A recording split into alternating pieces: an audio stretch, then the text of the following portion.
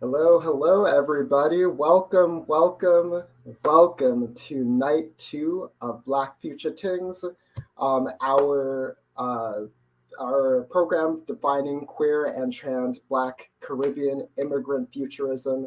This is Caribbean Equality Project's Black History Month program, and we're just so excited to have each and every one of you join us tonight.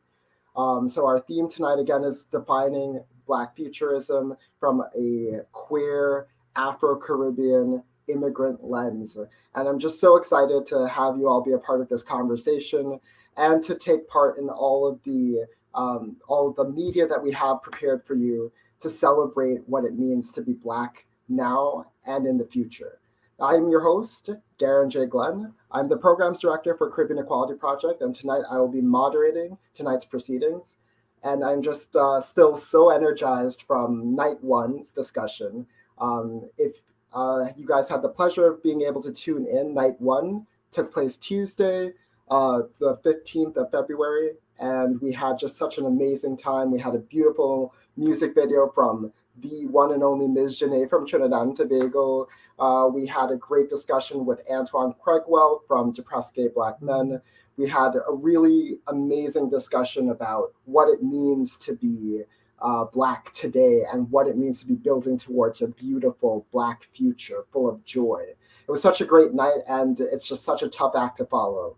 Um, so I must, before I continue, I just want to give a big shout out to the host from Tuesday night, my good friend and my comrade Theo Brown, who also is Caribbean Equality Project's Public Relations Officer. Thank you so much, Theo, for doing such an amazing job moderating Tuesday night's discussion about Black Future Tings. And you really did such an impressive job, and it's such a tough act to follow. But I'm going to try. I'm going to try. So before we continue, I just also want to say, for those of you who may not know, the Caribbean Equality Project is a community-based organization based here in New York City that serves Caribbean LGBTQ immigrants in Caribbean neighborhoods throughout our city. So that includes Little Guyana and Richmond Hill, or as some of us like to think of it, also Little Trinidad. We also serve our family in Flatbush, Brooklyn, in Crown Heights, Castle Hill, and Soundview in the Bronx. Wherever Caribbean people gather and live and work and try to create a better life for themselves, Caribbean Equality Project is there serving our people and making sure that LGBT voices are being advocated for and served and uplifted and celebrated. Caribbean Equality Project's advocacy efforts center immigrant rights, gender equality, racial justice, mental health, and confronting hate violence, both within our own diaspora. As we know, we do bring some homophobia from the Caribbean and some transphobia from the Caribbean, but we also protect people from homophobia and transphobia outside of our Caribbean neighborhoods. We primarily serve working class Afro Caribbean and Indo Caribbean immigrants of all legal statuses who identify as LGBTQ around issues related to employment, housing, legal residency, health, and increasingly food security and education. So I should also mention that we were founded in 2015 in response to anti-LGBTQ hate violence, and since 2015, the Caribbean Equality Project has been building political power hyper-locally through culturally congruent civic engagement, redistricting, census outreach, voter registration drives, and get out the vote actions. Um, just welcome. Caribbean Equality Project is so happy to have you guys here and to be fostering this conversation. But we couldn't be doing this without our amazing guest speakers, which I'll be introducing a little bit later tonight. Um, now, now that we have that out of the way, I just also want to say that we are all situated here in the diaspora on native land. And we would be remiss if we didn't acknowledge the original inhabitants and stewards of this land. So on behalf of Caribbean Equality Project, I, Darren J. Glenn, wish to acknowledge the land that we are situated on, which includes, but is not limited to, sites we now call New York City. Some of us are streaming in from Toronto. Shout out to my Toronto family. And then folks tuning in from Guyana, Barbados, Jamaica, Trinidad and Tobago, among many others. For thousands of years, it has been the traditional land of the Huron-Wendat, the Seneca, the Mississaugas of the Credit River, the Lenape, Rockaway, and Canarsie communities. As we are positioned in a time of ongoing pandemics and precarity, and largely continue to gather as non-Indigenous and settler communities, it is essential to be reminded of our commitment to solidarity, coalition, and decolonization efforts in support of Indigenous communities across Turtle Island, or what is now called North America. Since time immemorial, these Indigenous communities have lived on these lands and survived genocide and forced relocation by imperial powers. So, with that said, the Caribbean Equality Project acknowledges that it was founded upon the death, exclusion, and erasure of many Indigenous peoples, including those on whose land we occupy and organize on, respectively. This acknowledgement demonstrates a commitment to beginning the process of working to dismantle the ongoing legacies of settler colonialism that continue to impact Indigenous communities.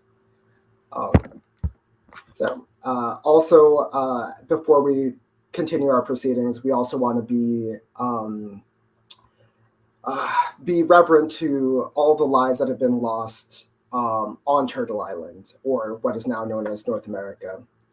Since the first time that enslaved African peoples were brought to Turtle Island in 1619, we have lost countless precious Black lives to institutional slavery, to Jim Crow, the prison industrial complex, medical racism, community violence, including gun violence, intimate partner violence, violent homophobia and transphobia, the ongoing HIV/AIDS epidemic, yes, it is still ongoing, and epidemic levels of anti-Black police brutality, anti-Black vigilantism, the COVID-19 pandemic, which has had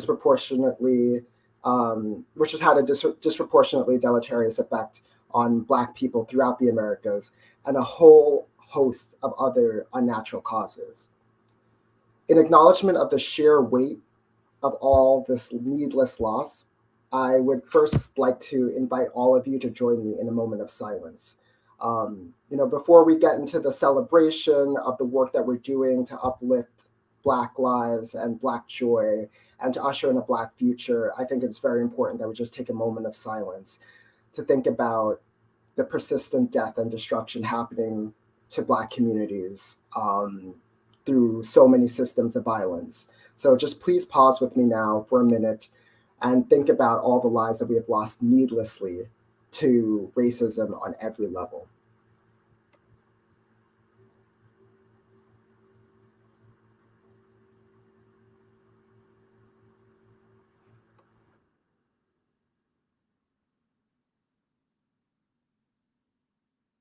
All right, thank you so much for indulging me in that moment of silence, and thank you so much for joining me in thinking about and honoring the lives that we've needlessly lost. I'm sure everyone has had someone in their mind that, whether from a news story or someone that you know, unfortunately, that deserves that moment of silence. But now that we've situated ourselves and in the moment that we're in, we really have an exciting program for you tonight. We're taking this conversation about Black contributions to our history from the past to the future with some amazing panelists. We're going to do a series of one-on-one conversations. So it's going to be a little bit of a departure from the program of Tuesday night. So rather than having one panel, we're just going to do a series of in-conversations, I like to call them. I'm just so excited for our panelists. They just have contributed so much. But before we do that, I just want to share a little bit more about Caribbean Equality Project's good work. I think we would be remiss if we didn't talk about some of the things that Caribbean Equality Project is doing to usher in Black futurism and to uplift Caribbean communities. So the first thing I want to do is just turn our attention to a project that we're working on in conjunction with the Queen's Museum. I don't know how many of you guys have been to the Queen's Museum. I think it's amazing. It's a fabulous place. You should be checking out the Queen's Museum, regardless of whether or not Caribbean Equality Project has an exhibit there. But it just so happens that right now, on display, Caribbean Equality Project has an exhibition as part of the Queens Museum's project called the Year of Uncertainty. So we are proud to present Live Pridefully, Love and Resilience Within Pandemic. So that is the title of our exhibition. Again, I'll repeat it, Live Pridefully, Love and Resilience Within Pandemics. And it is an interdisciplinary exhibition that celebrates queer and trans Caribbean resilience through a racial justice lens, while fostering critical conversations related to pride, migration, surviving overlapping pandemics, and coming out narratives. So this is an exhibit that was curated by the executive director and founder of Caribbean Equality Project, Mohammed Q. Amin, who's an awesome immigrants' rights activist and an LGBTQ activist and an anti-racism activist. He does a lot. And now he's also a curator of an exhibit, and he just did such a phenomenal job, and I hope you all have a chance to check it out. So Live Pridefully reimagines and affirms Black and Brown LGBTQ immigrants and asylum seekers as essential workers, creatives, and contributors to the cultural diversity of New York City, even as the ongoing COVID-19 pandemic continued to ravage our communities. So this Saturday, I would like to invite all of you to come to the Queens Museum, so this is Saturday, February 19th at 2 p.m. We'll be hosting an exhibition reception and community celebration at the Queens Museum. So please come and join us. And, I want to give you guys a little taste of what you can expect at this reception. So why don't I show you guys a little video highlighting the featured participants and giving you a little taste of what Live Pridefully is all about.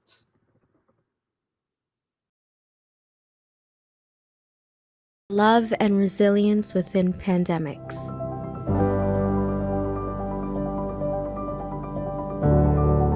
During this era of uncertainty, the Caribbean Equality Project's Live Pridefully exhibition at the Queens Museum reimagines and affirms Caribbean LGBTQ+ immigrants and asylum seekers as essential workers, creatives, and contributors to the cultural diversity of New York City.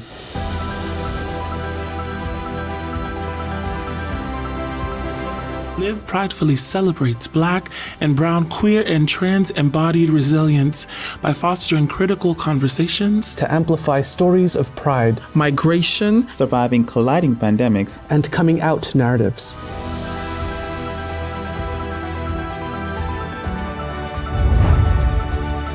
Love and resilience within pandemics means standing in solidarity against anti-Asian hate violence. Resilience means owning our vulnerabilities, telling our stories, and speaking truth to power. Live Pridefully means fighting for Black, trans liberation. Live Pridefully means serving your community, caring for the impacted, and fighting for LGBTQ rights and justice.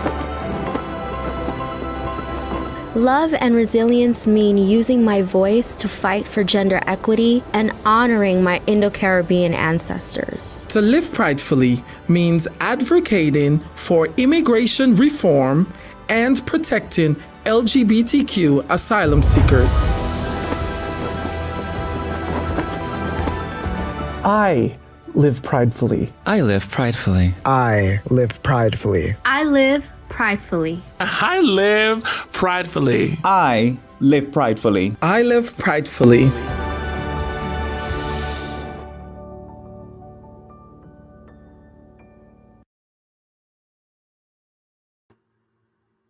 That's so inspiring. Every time I see that, I just smile so much because it's just so great to see how beautiful our community is. I don't know, that video just gives me so much, just gives me so many chills every time. So I really hope to see as many of you there as possible. Again, that is this Saturday, 2 p.m. at the Queens Museum. We'll be having a very beautiful reception at the Queens Museum. So now, speaking of overlapping pandemics, I also need to plug our COVID-19 relief efforts. So we are in support of our community, regardless of what's going on. We always want to support our community in anything that they're facing. And the COVID-19 pandemic really, really had a very profound impact on our Caribbean LGBTQ immigrants, particularly those who are working class, because our Caribbean LGBTQ community were working as essential workers or in jobs that were severely impacted by the COVID-19 pandemic. So in response to that, we decided to launch a COVID-19 emergency relief fund to provide mutual aid to those that lost their jobs and were on the verge of losing their homes. I mean, I don't really have to recount to you so many stories that have been happening throughout our city of folks who just can't make ends meet, who were struggling to make ends meet before the onset of the coronavirus pandemic. And coronavirus did not help matters as much. So when our local and state and federal elected officials fail us, it is community-based organizations like the Caribbean Equality Project that have to fill in that gap and serve community. But we cannot do it without your help. So our organization has distributed to date an astounding $70,000 to over 300 plus people in financial relief to date, mainly to undocumented LGBTQ immigrants. As we know, undocumented folks were left out of some of the relief payments from the federal government. We also supported asylum seekers, sex workers, and queer families. The small grants to community members ranged from $100 to $300 and covered basics such as rent, Metro cards, food, medical bills, and utilities. We know that the COVID-19 pandemic has ravaged and impacted our most vulnerable communities. CEP's racial justice and relief work includes this fund and your contributions to help us to continue this work throughout the year. Undocumented LGBTQ excluded workers are still being disproportionately impacted by the COVID-19 pandemic and the effect on the economy. Remember, this pandemic is not over yet, folks, unfortunately. Many of our community members have lost their employment, but don't qualify for unemployment based on their legal status, whether they be undocumented, refugee, so on and so forth. In 2021, we continued running our food justice program to ensure our community receives the life-saving resources they needed to navigate the ongoing and evolving COVID-19 pandemic. We continue to center community care to keep our marginalized communities safe and protected through resource mobilization and love. We organized 14 culturally responsive, hyper-local pop-up food pantries and served over 6,300 families. That's around 31,500 people, many of whom are undocumented, low-income Afro and Indo-Caribbean people. We also served people from the South Asian diaspora, Latinx immigrants, and all of those populations included LGBTQ people because they knew that our pop-up food pantries were going to be safe for them. We also served homeless folks or the unhoused, senior citizens, and HIV-impacted people. We are still collecting donations for our COVID-19 relief fund and food justice work. So that will allow us to continue making these relief payments. So if you are lucky enough to be in a position where you can donate, we would ask that you do, because we are in the business of redistributing these resources to community members that are vulnerable to protect our community. And your donations will also help fund our ongoing food justice work and really directly contribute to the next food pantries that we have coming up this year. All that work is going to continue in 2022, and the contribution links are currently being displayed on screen. So if you have any questions or comments about our COVID-19 relief fund, you can always reach out to me. I'm always available on Instagram, and I will always be available to talk about this wonderful, critical, life-saving work that Caribbean Equality Project does. I believe in it so much, and I'm just so grateful that this organization exists, serving the material needs of people when there isn't a crisis, but so much more when we have this really, really devastating COVID-19 pandemic going on. In addition to our pop-up food pantries and these relief payments and our other behind-the-scenes work supporting community through this really difficult time, we've also been making sure that our community has been able to build political power. We all know that that's important, and I really want to highlight some really exciting work that we've been doing that we like to call Mashup de Vote. The need for equal and equitable voting rights at the federal, state, and local levels, and against these efforts to disenfranchise immigrants, and especially immigrants of color, has really activated a lot of CBOs around voter registration and education. So among our other civic engagement work under the banner of Mash Up to Vote, CEP is lending our voice to the nationwide chorus of community-based organizations demanding that Congress, at the federal level, pass the John R. Lewis Voting Rights Advancement Act and the Freedom to Vote Act. This has been uplifted during our marches on Washington, D.C. in 2020 and 2021. This is really crucial. This is an effort that really can have an impact on the entire electoral landscape of this country, and is really a vehicle for making sure that people who look like me, people who come from the Caribbean, as I do, are able to live their best lives in this country. We really need to have access to the franchise. And so CEP values that reality, that we need to be able to vote and to have our rights honored. And so that's why we've been lending our voices to the John R. Lewis Voting Rights Advancement Act and the Freedom to Vote Act.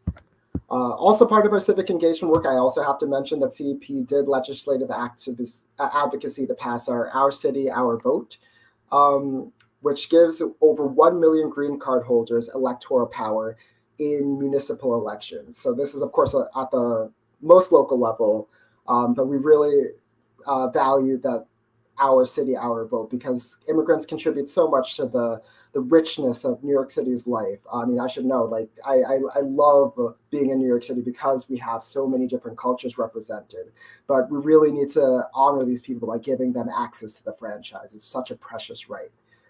That's why CEP has been doing this as a core part of our civic engagement work. We've also been registering our people to vote in the New York City elections. And remember, we have a New York City primary coming up June 8th. So we're continuing to register people and make sure that our people turn out and represent their interests. You know, we're not telling you who or what to vote for. That's not our business. But we want to make sure that our people have the power to vote. And our civic engagement work also continues with building political power in New York City for Black, queer, and trans persons. So a lot of our voter education and civic engagement work really centers Black, queer, and Black trans people within our communities. We really want to make the city as fair and as equitable as possible, and of course the whole country. So just please continue to follow our Mash Up the Vote work, and please, if you feel that moved to support our work, please donate. Every dollar really does count and contributes to our ability to empower our community and protect the marginalized and vulnerable people in our city. So it's really just genuinely thrilling and enlivening to be a small part of the tremendous work that this organization, Caribbean Equality Project, has been doing to advocate for, represent, and serve Caribbean LGBTQ people in New York City. Again, we cannot do this work, whether it's the Live Pridefully exhibition, Mash Up the Vote, or our COVID-19 relief work, without you. So as we transition to the heart of our evening, I just want to quickly give a shout out to both our executive director and CEP founder, Mohammed Kuamin, for helping us organize this panel and inviting our guests who are all so accomplished and contribute so much to the work of realizing the future for Black people. And I also want to give offer my heartfelt appreciation for our public relations officer, Theo Brown, who of course was moderating Tuesday night, and just for supporting this work at every level.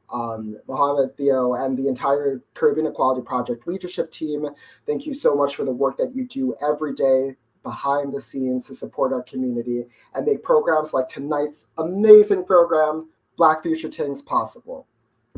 So again, Tuesday is going to be a tough act to follow, but tonight's program, we're just going to have a little bit of a departure from that format. We're just going to have this series of one-on-one conversations with tonight's guests to really dive deep into the work that they do and how they think about the Black future and how they use radical Black imagination to make life more rich for Black people against the odds.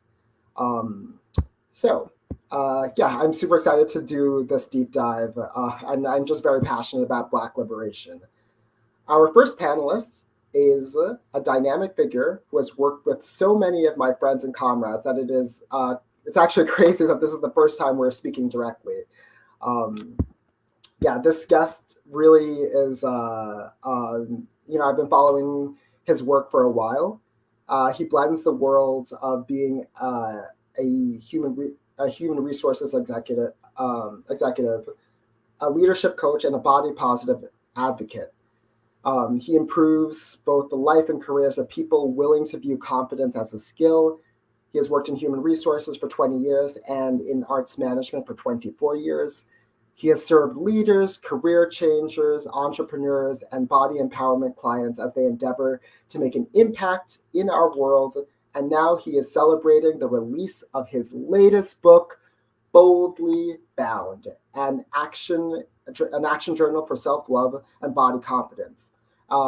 This book is available right now on Amazon and Kindle, and I will also allow him to let us know if there are other places that we can access his book for those of us who are boycotting Amazon. I'm very excited to have the man himself start us off with an exclusive reading from his book. So please, if you're joining us on Facebook Live, just feel at liberty to submit any questions or comments you may have in response to the book excerpt being read, and we'll try our best to give them, to bring them up during our conversation or towards the end of our conversation. And at this point, without any further ado, please give a warm welcome to the one and only human resource expert, life coach, and body positive advocate, and now published author, Hollis Can. Hello, everyone. Thank you, Darren. Thank you, Caribbean Equality Project, for having me. The work that you do is so pivotal and so important. So I definitely want to just say thank you for doing the work, and just really lifting up the voices of Caribbean queer and trans people, and immigrants in the New York City area and, of course, around the world. So thank you for doing so. So I'm going to just read a little bit from the book, my new book, Boldly Bound, an action journal for self-love and confidence. And we'll talk about this later, how the book is split up. But in essence, it's an action journal. So it's split up so it's not your regular or normal book, where I'm just reading of just passages. So what I'm going to do is going to read, in essence, a day from the book, where you would write a journal in the morning. So there'll be a journal prompt, and then moving into an action or a ritual that you would have to do during the midday, and then in the evening, a reflection. So I will start off. So in the beginning, this is day, let's say 12, you would first start the day with actually an affirmation. And the affirmation is, I am not broken and I don't need fixing. I already have the elixir within me toward healing.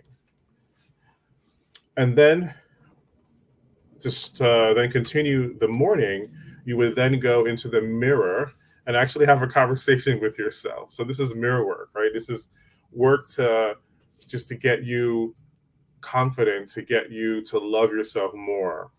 So day 12 in the mirror, you would basically go to the mirror, take a couple of deep breaths in and out, and then look at yourself and then say out loud to yourself. So this is basically a reflection. So you will no longer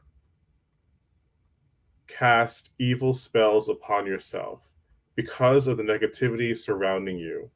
You will have the magic to create joy, peace, love, light, and abundance for yourself. So after reciting this, to yourself, basically what you're going to do is you're going to write down what are the thoughts that you had as you were saying that to yourself in the mirror. And then towards the midday, this particular one, the journal is broken up into actually 5 different weeks and focuses on the 5 self-love techniques, which we'll talk about later. But in this particular week and this particular day, the action is actually to touch yourself. So I'll talk about that. So here is basically, touch is an interesting thing. It can be used for pleasure and pain. Today, we will focus on pleasure your self-pleasure. The benefits of touch are feelings of safety and trust. It soothes and can trigger the release of oxytocin, which is the love hormone, Coupled with exploration, you'll find out what stimulates your body or not. Touch strengthens your connection to your body. We could also talk about masturbation. So just know it's normal, it's natural, it's innate. And that's the end of discussion there. And so in essence here, a person will basically release your own love hormone for you and to also touch yourself. So basically, after doing that, you would also write about what happened, what was going on through your mind, what was going through your body. And then at the end of the day, you would go back to the journal, and here it basically says, how often do we curse ourselves or allow external negative energy to affect us? It's time you break these external and internal spells and conjure up the magic of light and love for yourself. Start by writing at least 5 affirmations below of who you are now and or the you want to manifest. By creating these affirmations, combined with you saying them out loud, will ensure a shift of how you think about yourself and establish a force field of love. So, and then basically you would write down your reflections based on that particular prompt. So in essence, that was just one entry or one day in the life of the journal. Actually, Darren, if I will love to bring you back on for a moment, and if you could just pick a day between 1 and 36, but not 12. Or a number, I should say, between 1 and 36. Okay, between 1 and 36, not 12, 15. 15, okay. All right, so 15, so it starts off the day where it says, I commit to being my true self. I say yes to me every single time. Again, because this is particularly focusing on intimacy or self-intimacy, again, you start off with the day in the mirror. So go to the mirror, take a couple of breaths, and say out loud, you are enough. You are worthy of love, connection, and abundance. And then you would write about that. And then the midday activity is basically taking a long bath or a shower. So we will not go into benefits and intimacy of taking a long bath or shower right now. There are many. Just follow these instructions. Dim the lights in your bathroom, or light your favorite candle, grab your phone or speaker, grab your favorite soap or body wash, draw your bath or turn on your shower to your most comfortable temperature, press play on your favorite 5 to 7 songs, and then get into your sexy mood. Go into the water, take turns gliding your hands and washcloth, loofah to the music, and there you go. And then at the end of the day, basically today, making the commitment to fall in love with you every single freaking day. Honor to love yourself in sickness and health, richer and poorer, to love and to cherish in death and beyond. Take these words fully in. Understand what these words truly mean to you and for you. And you are saying, even in good times, bad, hard, even in lonely, shameful, guilty, fearful, depressing, and anxious moments, that you will love yourself. And you are worthy of love, and to love, self-love, and what, in essence, what do you want to say yes to today? So those are just 2 prompts or days, I should say, in the journal. Oh, wow, thank you so much. I love this. I love the idea of an action journal. This is why I really like the format of tonight, just to have these deeper conversations rather than a panel, because you really demonstrated for me like what it means to do an action journal. Because I hear the words action journal, I'm like, what does that really mean? But that excerpt of the book was just like, it was just like, it's like such a great like guide for how to like take care of yourself. So I'm like genuinely excited now. I actually need this book like right now.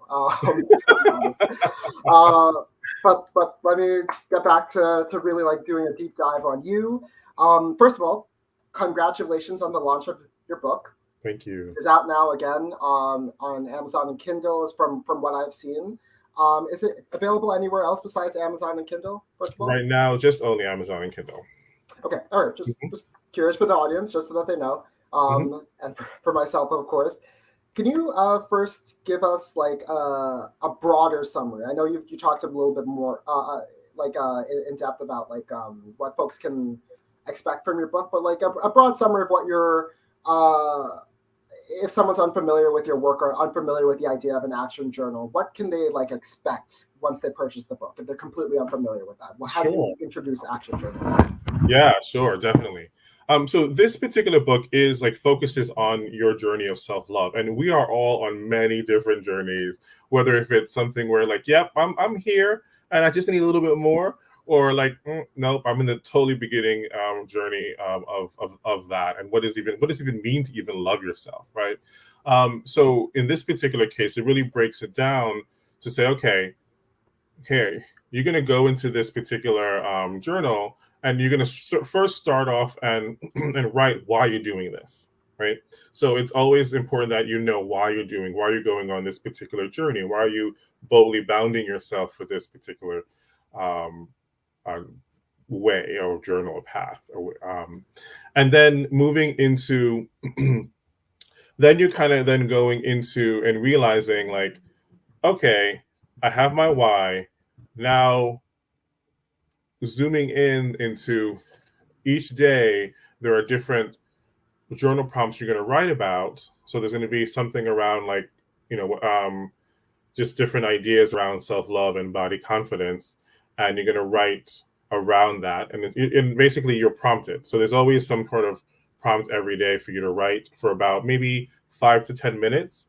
And there's no shame on how long you write. You know, there's some of us who write very long and some of us who write very short. I'm definitely one who write very short and succinct and to the point. And then then in the middle of the day, there's basically an action. And that's why this is, or I should say more sort of ritual. And the reason why I'm saying a ritual is because a ritual is something that you're going to do often and over and over and over again. In this particular book, there's like 36 different rituals, but hoping that you would continue to do rituals as you, or these rituals or pick the ones that you love, kind of like after going through this journey. Because with rituals, then, you know, you don't think about it anymore and it becomes quicker and a switch, right? From where, nope, I don't have to think about this anymore. I could just do it and automatically this happens. And then at the end of the day is a reflection around kind of what happened during the day, but just even a little bit around maybe meditation. There's guided meditation that happens sometimes.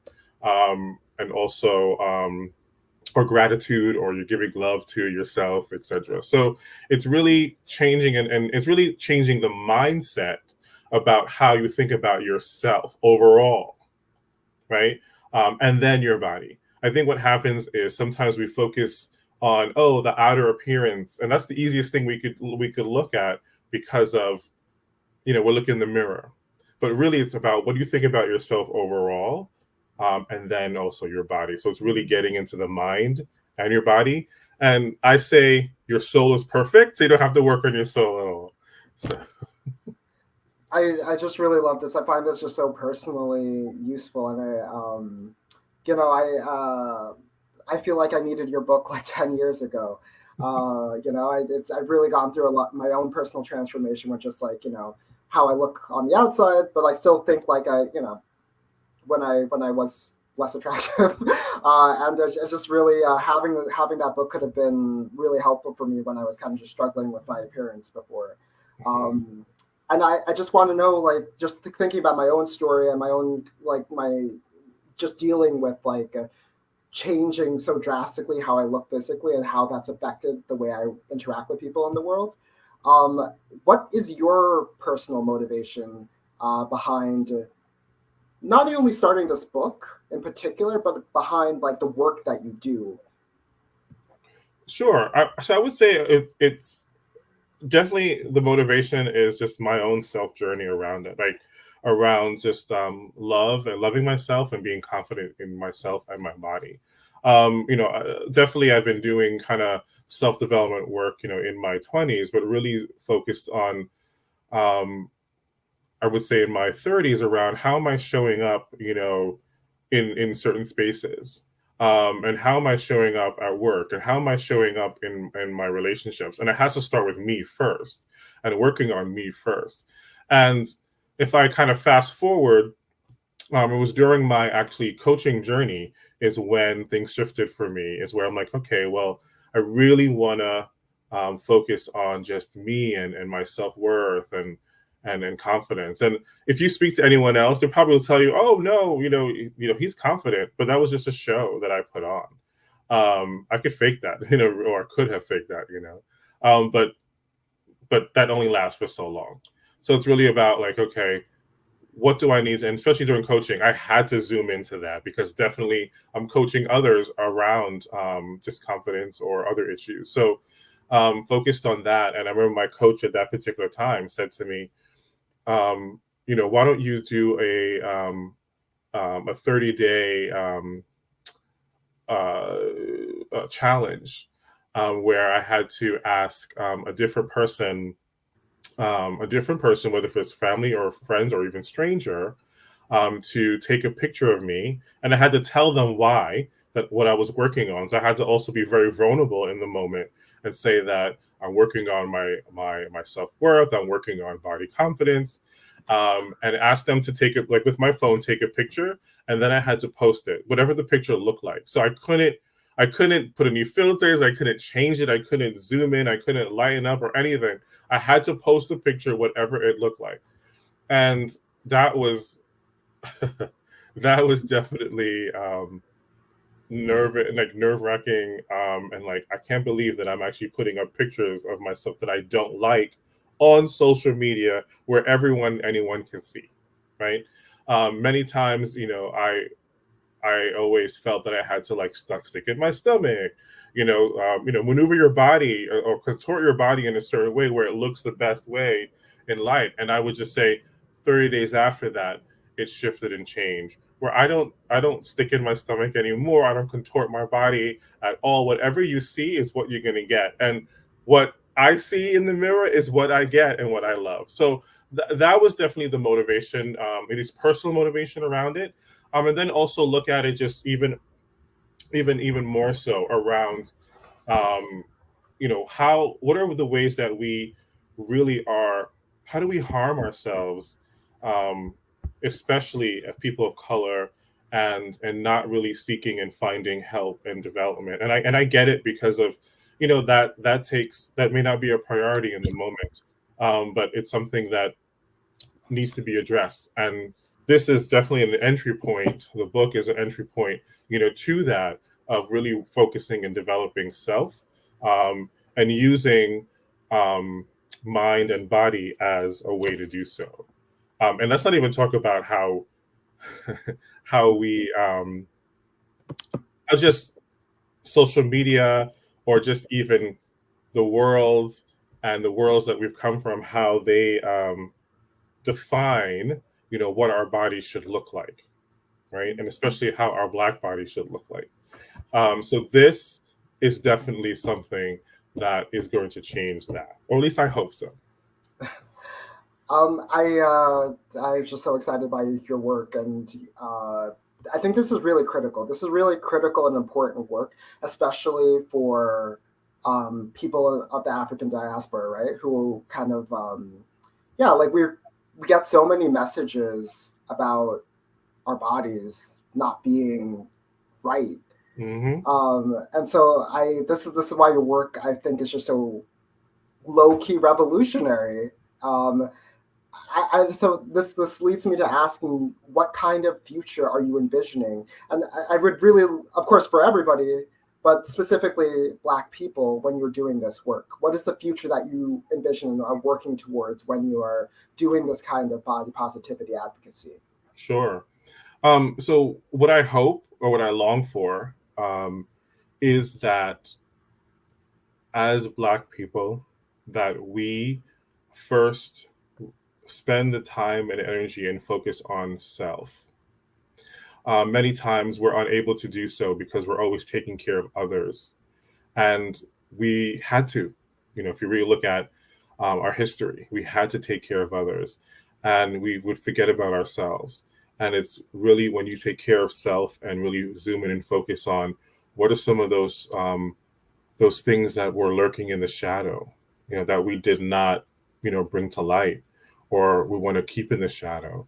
Now it's like, let's work on our light energy. Let's work on our love energy. So working on self first, and self is a lot of mental and emotional work, period.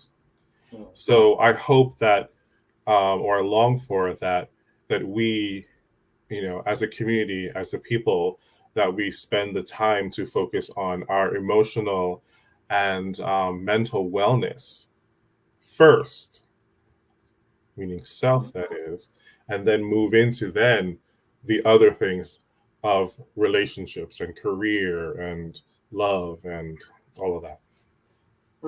So just like the kind of like holistic activation. I'm when you were speaking, I was picturing Maslow's hierarchy of needs, and you're like, Yep. forgive me if I'm just like putting words in your mouth, but like I feel like you're describing the top self-actualization part of Maslow's hierarchy of needs. I want to really kind of drill down on how this book in particular differs from some of your past work, and this is really just an excuse for you to plug some of your other books. But before I let you answer, I'm just going to encourage our audience, our viewing audience, who I'm sure you're engrossed in this beautiful conversation. If you have any questions, please submit them at this time, because after Hollis answers this question, I will be taking questions from the audience.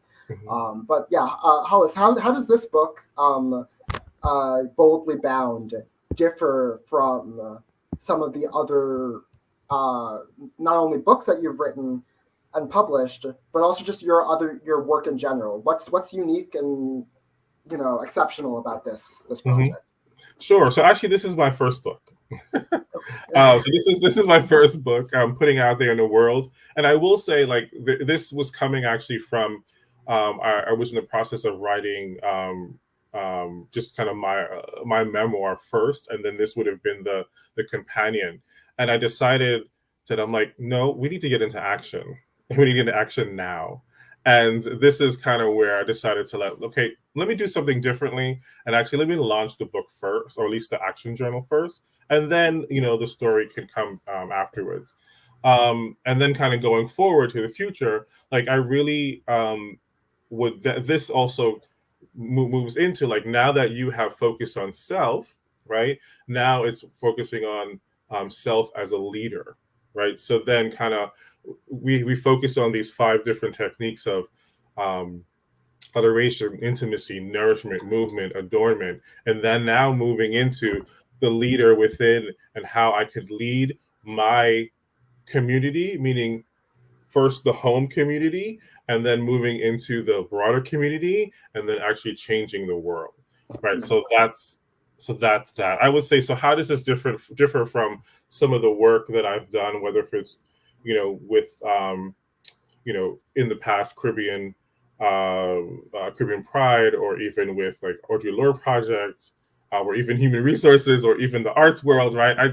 It's like, well, okay, this became, I think, almost a culmination of kind of everything, in that I was able to pull from actually all those different sources that are in this book at the moment. So like being very creative. And I think ultimately, if I look at what's the through line, the creativity is the through line throughout the whole journey. And then this book is kind of the culminating thing, for lack of, or ting, for lack of a better word. Yeah, let's talk to Ting. Yes. So where it brings in a little bit of actually brings a lot of creativity, and brings in a lot of just other experiences, into here. So yeah. So this is the beginning, at least for writing, that is. And then, like I said, moving into then focusing on the leader, so you could lead others and lead, well, self and others. Love it. I absolutely love it. Your work is really revolutionary. I mentioned in your introduction that we know a lot of people. We have a lot of friends in common. So it's like, it's bizarre that this is the first time directly interacting. People that you wouldn't even like. We have some friends in Toronto in common too, and which is crazy to me. I do have one audience question about how like your Caribbeanness and your queerness really impacts your work, and that's something that we didn't really touch on directly. I'm not too sure exactly what direction you want to take that question in, but I will leave it up to you. Yeah, please. Ooh, that's a very good question. So I don't hide, right, that I'm Caribbean. I don't hide that I'm queer, right, and I don't hide that in the book, right. I mean, does the book specifically talk around being Caribbean and queer? No, but I would say I do write from that lens or that perspective, and I would say being part of being liberated and owning my queerness, I'm able to then really move into other things or topics that I normally don't do beforehand, right? Or like talking about like sex and what is about sexiness and not about being raunchy, but it's about using your body, for that as well. Like you would never, like maybe 20 some odd years ago before I came out, you would have never heard anything like that before. And because of, coming out, and sharing that and then being comfortable with myself, right, and then also being comfortable with my body, then I'm able to talk about that a little bit differently. So I would say it has helped me and shaped me move into being comfortable in other areas and confident in other areas. Brilliant.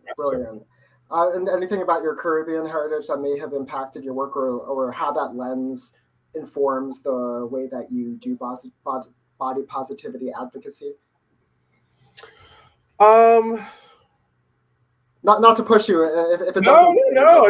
That's a good question. I'm looking over here because I have like written stuff over here around other things. So I would say if I look at being Caribbean is such a that's a large and huge like conversation. Like, what does that even mean about being Caribbean? But if I look about culture, right? If I look at the culture that I'm going to take, if I look at especially the sensuality, right, of the Caribbean, of bodies, of being free, during and using carnival culture, I would say, does that help? Sure. Yeah. I mean, that's where I said I was able to then get into a little bit more into bodies, in this book and the work that I do, and bringing in music. Like I always bring in music and food, and I bring those traditional aspects in the work I do, not only in the book, but even when I'm coaching clients, and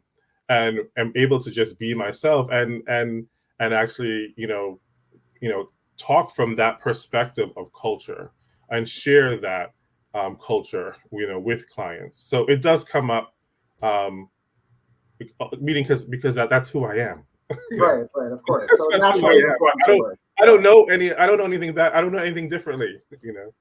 I totally understand that. I think we have one more question that we're going to take from the audience, and it's going to be I'm going to allow you to give some closing remarks after this next question. If we can just pull it up, please. All right. So, what do you find are the common factors that stop individuals from loving and caring for themselves? Ooh, so what are the common factors that stop individuals? Okay. So I would say one of them is outside noise. And when I say outside noise, I mean outside noise from even your family and friends. Outside noise from social media, outside noise from the community, outside noise even from colonialism. We hear so many different things around, you should do this, you should be this way, you should look this way, you should do this, right? And it's like, nah. Put on those, noise cancellation headphones and focus on you and what you want and what you desire, because it's going to be different and no one should tell you differently. Wow, man, I could talk to you all night. It's particularly like my own journey, just having changed my appearance, radically. Well, not radically. I haven't had any surgeries, but like, it really impacts how I think about these issues of body positivity, and because I still think like I used to look, but I do know that people respond to me differently. And so I know beauty has power, and not that I'm saying I'm beautiful at all, but like just like I see how people respond to me differently now that I look like this. And so like really talking to you about these issues, about being vulnerable, about owning how you naturally look, and not bending to the pressure, because I changed my appearance because of outside pressure, not because I wanted to. It's just really fascinating for me. I wish I had known you 10 years ago. Nobody looked for any pictures of how I used to look on the internet. I scrubbed them all. But I am going to leave you with the last word. And I, if I may, kind of push you to think about the future as you give us one closing remark and about the future, particularly for Black people. Is there anything that you want to leave us with? Sure. I want to say, and this is kind of like, love yourself fully. And if you don't know what that means, take a breath and just focus on yourself and your body. Your body actually knows more about you than you think. And also just know that your mind is actually in your body technically. So love yourself today and every day after. Your body and your mind is going to change as you age, as you grow. And it's important that you just release all that negative energy that you have about yourself, and then accept the body and the person you are now in the present, and then in future present. And then connect to yourself and your body, and then celebrate yourself every single frickin' day. Thank you so much. I feel those words in the core of my being, and it's just been such a pleasure having the opportunity, the privilege really, to speak with you. So I just want to say thank you so much for being a part of this program. Everyone, please get into this book. I Boldly Bound, an action journal for self-love and body confidence. Want to make sure I got that right, by Hollis Cam. Hollis, thank you so much for being a part of this program. Aaron, thank you so much. And Caribbean Equality Project, thank you so much for having me. Just wonderful. What a fruitful conversation. What a smart and talented person that we have in our community. Just amazing that Caribbean Equality Project was able to create this forum so that we can actually have such a beautiful conversation. And the conversation can continue if you buy Hollis Cam's book. We love you, Hollis. Thank you so much for being a part of this again. And let's keep this energy going as we go on to our next guest. Now, before I introduce our next guest, we are going to just take one moment to ground the conversation that we're about to have about the future by remembering a particular artist and advocate that spent his life contributing to the richness of Black identity through his unparalleled and moving work as a choreographer and educator. At this time, before we bring on our next guest, we're going to focus on the legacy of the choreographer Melvin Blak. Melvin Blak was born in South Carolina and studied professional dramatic arts at South Carolina State University. In 1990, he moved to New York City and continued his studies at various dance companies. Melvin was trained in many dance techniques such as modern, jazz, Caribbean folklore, and traditional West African. He has danced and toured with many dance companies, including Forces of Nature Dance Theater, Harambee Dance Company, Kanu Dance Theater, Umoja Dance Company, and others. He was the artistic director of his own dance company, Juge Dance Theater. At the time of his passing in December of 2021, Melvin was the co-artistic director for Bloodline Dance Theater and artistic director for 3 praise dance ministries throughout Brooklyn. He loved motivating dancers and artists to elevate their craftsmanship to a higher level of passion. Everything I've heard about Melvin Blak was that he was just a perfectionist and just very, very dedicated to making sure that dance was presented in the most excellent way. And shortly, I'll be calling on screen Melvin Blak's protege and visionary artist in his own right, Lamont Joseph, to help us process the impact of his work and the impact of his loss. But before we do bring Lamont on, I would like to play for you all a video honoring the legacy of this giant in our community. The following tribute video recognizes the quantum talent and brilliance of his work, and also is an attempt for us to begin to come to terms with the untimely loss of this visionary artist. Thank you.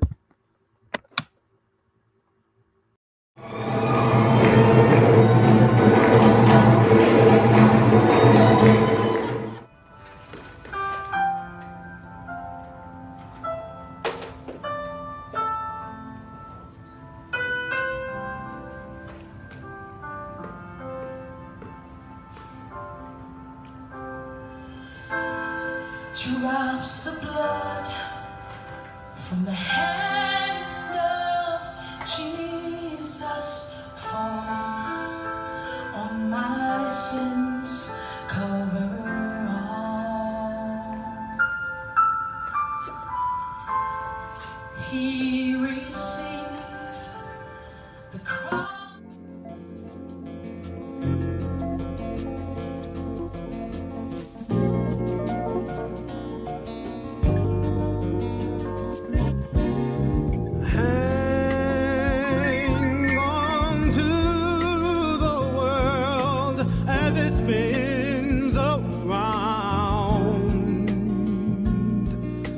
Just don't let the spin get you down.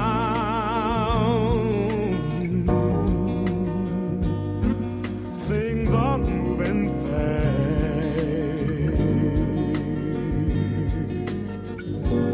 Hold on tight and you will last.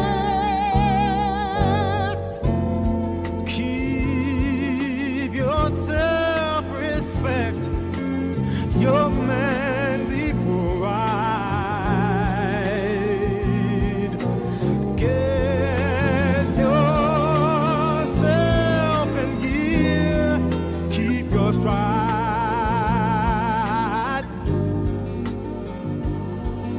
Never mind your fears.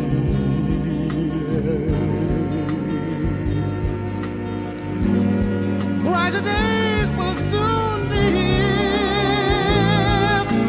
Take it from me, someday we'll all be free. Yeah.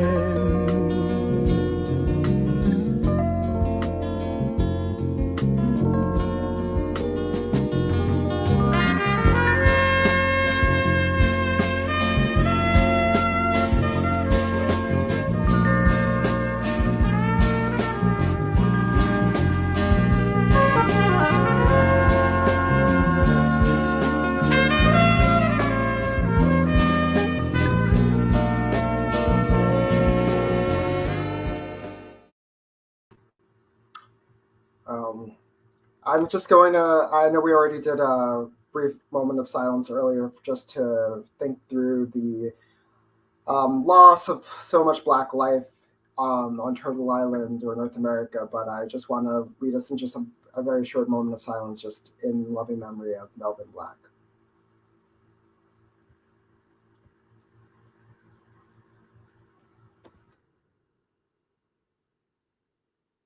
Thank you so much for indulging me. He just seems like such a, I've never had the privilege of meeting Melvin Blak in person, but I'm very eager to hear more about him from his protege, who I'll be introducing to the stage in just one moment. I'm going to give you guys a quick Clip Notes version of the biography for Lamont Joseph, and just really kind of ground our conversation in his background, which we'll explore a little bit further. Lamont was originally born in Baltimore, Maryland, but he was born to a Trinidadian father and an American mother. He relocated to North Carolina and ultimately began his dance training at Brooklyn Academy High School. So he relocated to Brooklyn for high school and he studied under the legendary choreographer Kim Holmes. He enrolled in Medgar Evers College, and that's where he was able to come out and reconcile with his identity as a member of the LGBTQ community. He started the Bloodline dance theater ultimately after graduating, and is now serving as the co-artistic director. And through this all, he was a close mentee and friend to Melvin Blak. And we're going to talk more about your biography, Lamont, but first, let me just welcome you here. Please, everyone, please give us a warm welcome to Lamont Joseph. Good night, everybody. How y'all doing? Hello. It's so great seeing you. It's crazy, this pandemic. It's like it feels like it's been forever since I've seen you in person, right? Yeah, I mean, it's definitely been a little minute because, I think the last time I saw you was at one of the events in, I want to say Pride. It's just such a crazy time because I remember we did Pride Live Free. Live Pridefully, yes, the recordings of those videos. So it's just wonderful to see you. And I'm not saying that just because you're Trinidadian, okay? I know a lot of people like to say I like Trinidadian people better than everybody else. That may or may not be true, but I also am genuinely happy to see you just because you're just so talented and so passionate. Before we continue this conversation, I just really I want to say a heartfelt sorry for your loss, and just to offer my deepest condolences and sympathies. Just I want to say that publicly here. I understand. Thank you so much. A lot of people have been so supportive during this time. I'm sorry, my lighting was a little bit off.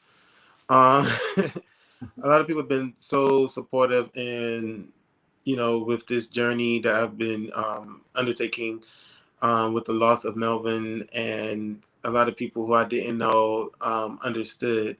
A lot of times, when you have your chosen family as well as your artistic family that you work with, it becomes, almost like a life mission, when you do, so much work together for so long.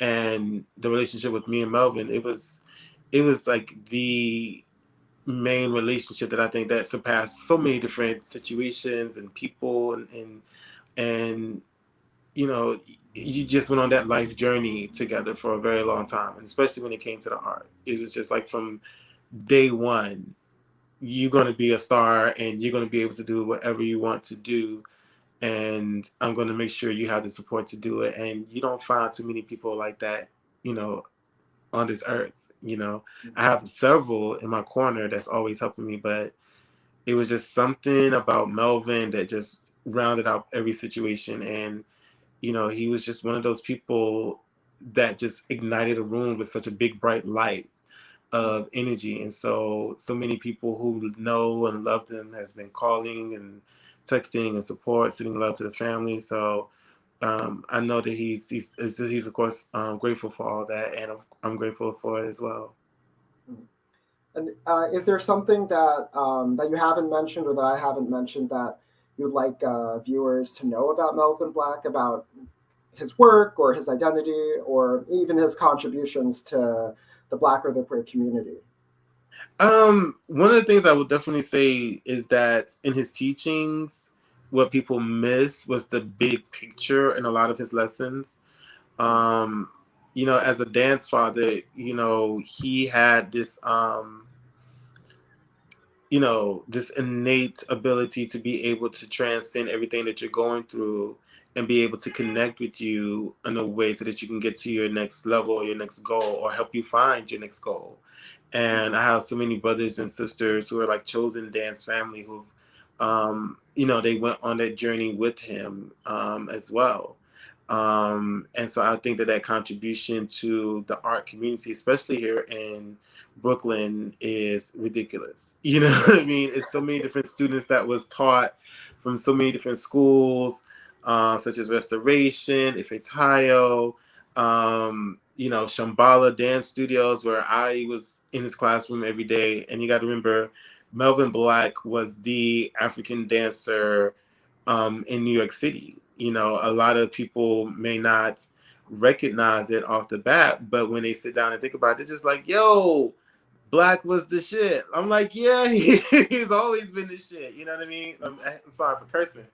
But it's so many different students that people have no idea, you know what I'm saying, that existed, and was taught. So many performers, so many dancers, so many choreographers, so many, you know, ministries of dance, which is another thing too, because he was so, you know, steeped in his dance ministry as well. And then of course he was a modern dancer for many years. So he's in so many different dance circles that it's like every time his name is mentioned, it's just like, oh, where he at? Melvin, you know what I mean?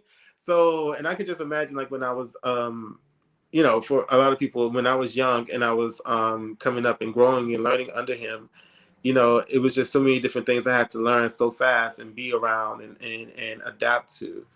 I mean, his contributions are endless, you know, and it's crazy because, you know, we'll go to a show and the whole entire Dance Africa stage he's probably taught, you know what I mean? And not to mention he was one of Baba Chuck Davis's students and dance members of the company. So he's steeped in the tradition of especially African dance, but he's so steeped in Brooklyn and its dance culture, you know. And, you know, as a father, a dance father, he was just out of this world. You know, he was able to teach me to help learn how to teach other kids. Yeah, and that, right, you're just getting to write my next question. Sorry to cut across you. I just wanted to, yeah, like really like hone in on that a little bit more, what the impact of your relationship with Melvin Blak has had on you and the work that you do, and maybe even who you are, if that's applicable. I think Melvin has helped. I always wonder, like when I watch polls, like who helped crafted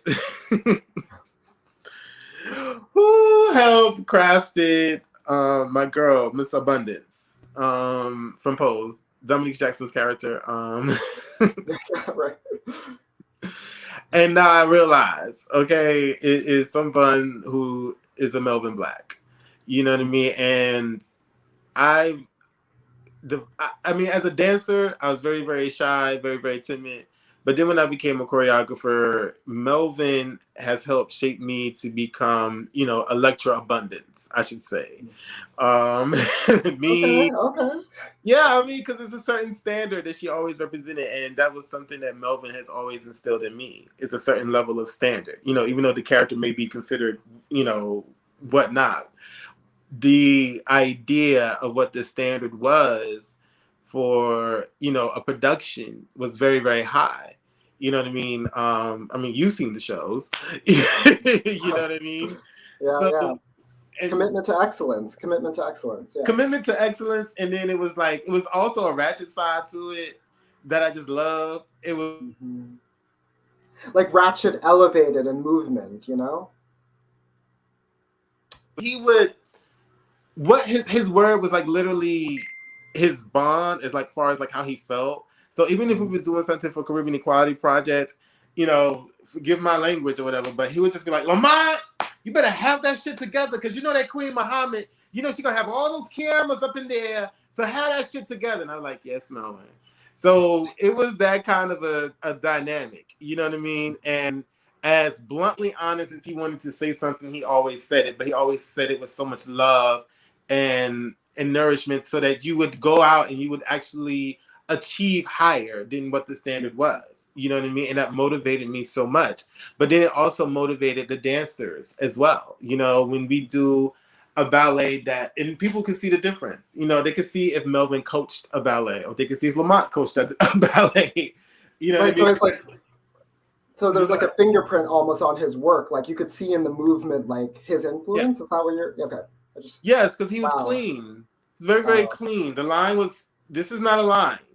This is a line in Melvin's, you know what I'm saying? Like, this is spirit fingers. You know what I mean? That his model was on it. You know what I mean? And the dancers, they respected it. You know, it may have been, but after the show, they'd be like, oh my God, this is amazing. And they understood the discipline of it, you know? And then you got to remember too, the chosen family structure.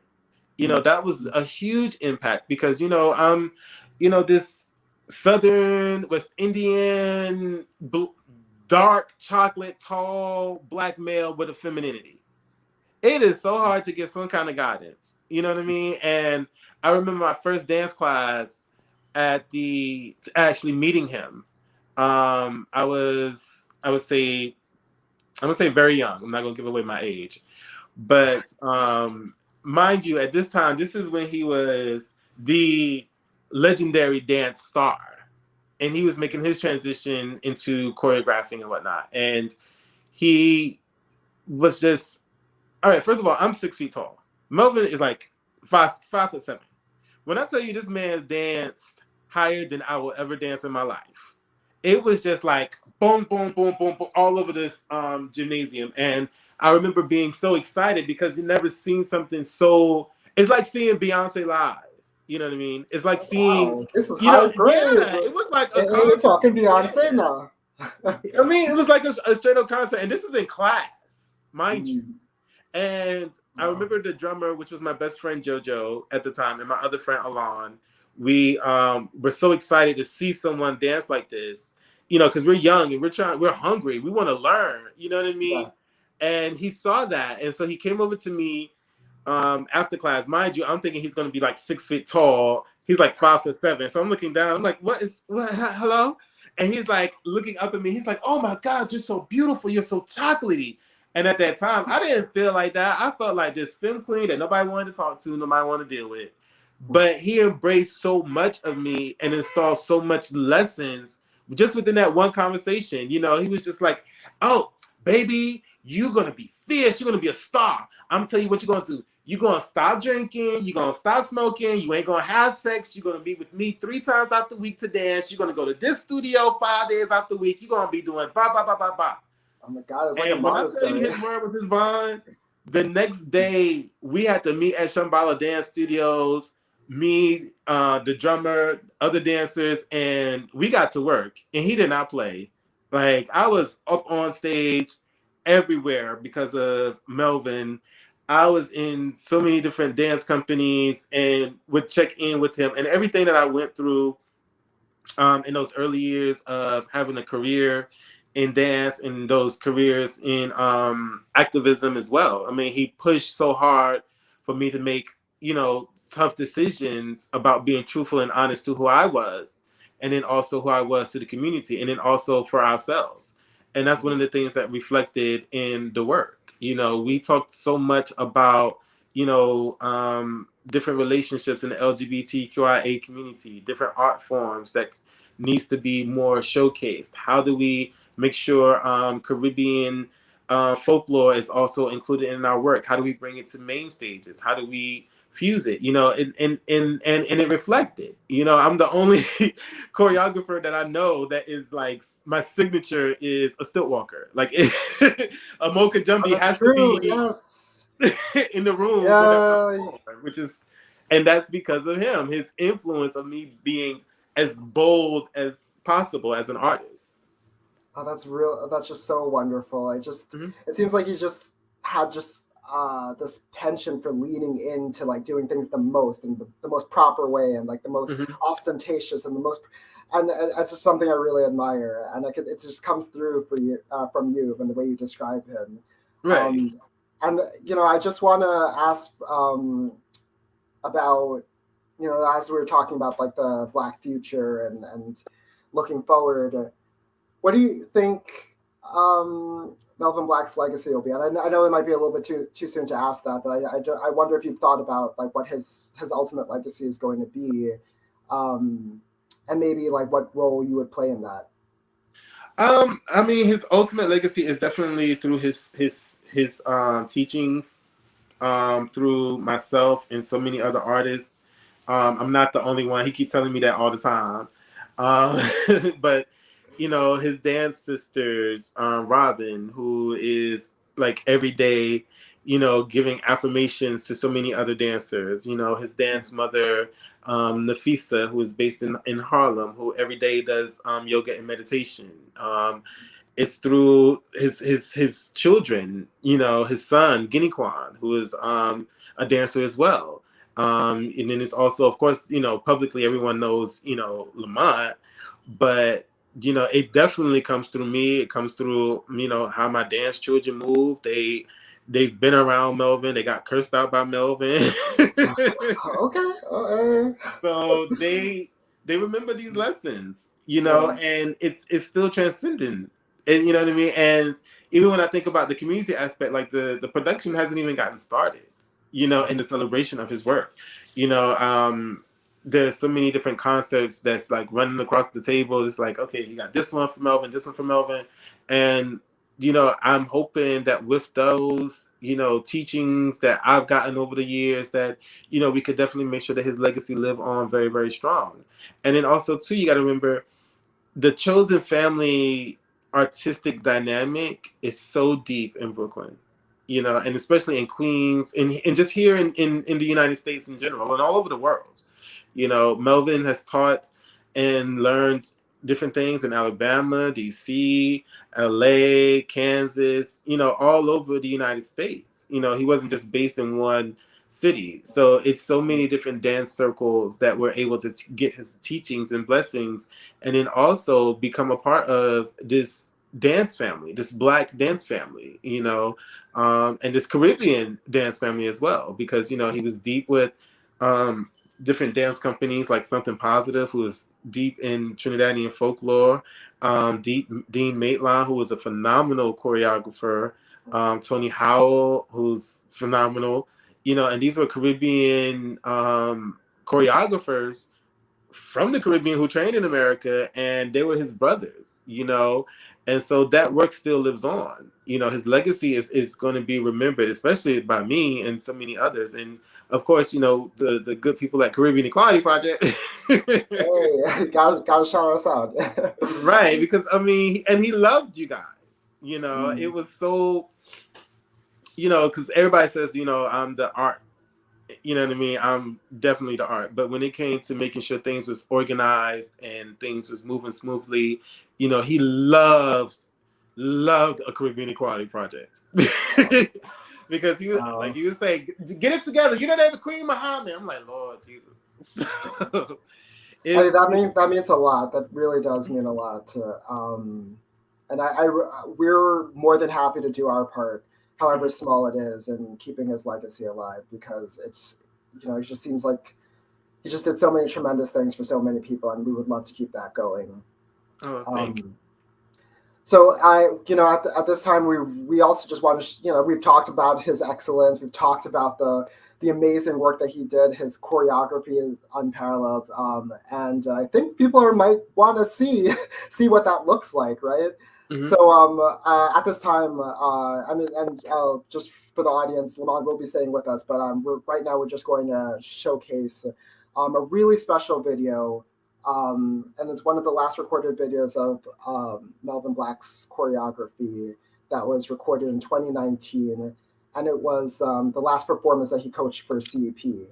So this video is really special, especially in light of his untimely passing in December. Without any further ado, I'd like to cue up that video and we'll discuss it a little bit, as well as your work. Thank you.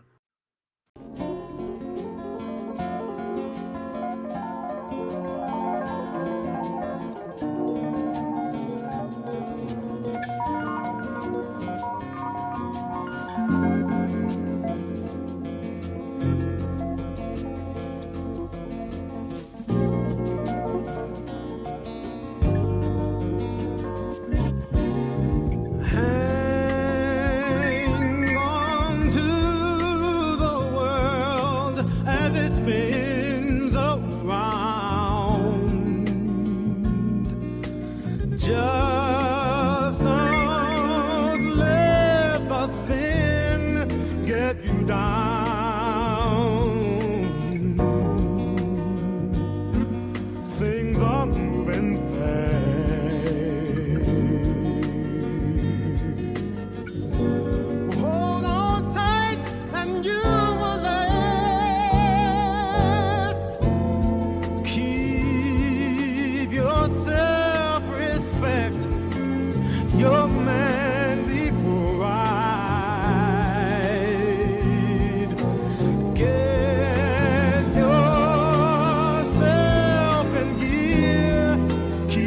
stride.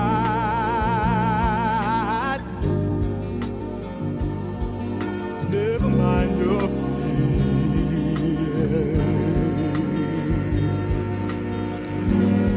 Brighter days will soon be here. Take it from me, someday we'll all be free. Yeah.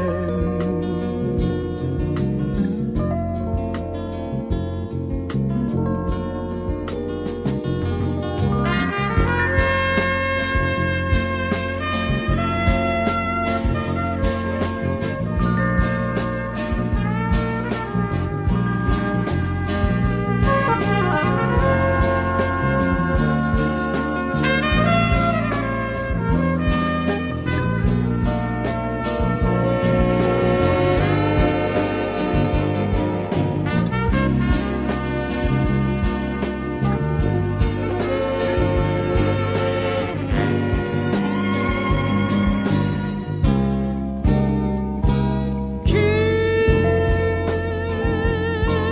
on walking tall.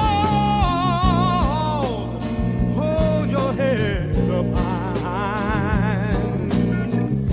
Lay your dreams right up to the sky. Sing your great song. And you'll keep growing, growing on. Take it from me, someday we'll all be free. Hey, just wait and see, someday we'll all be free. Yeah.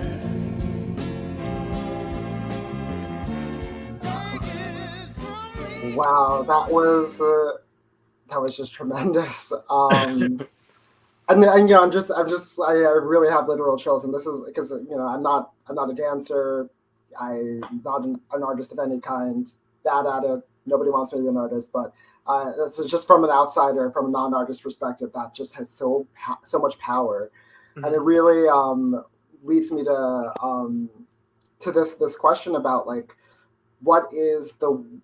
how do you describe the work of Bloodline Dance Theater and what you guys are trying to accomplish as a dance company? I know this wasn't one of the questions I gave you beforehand, but yeah.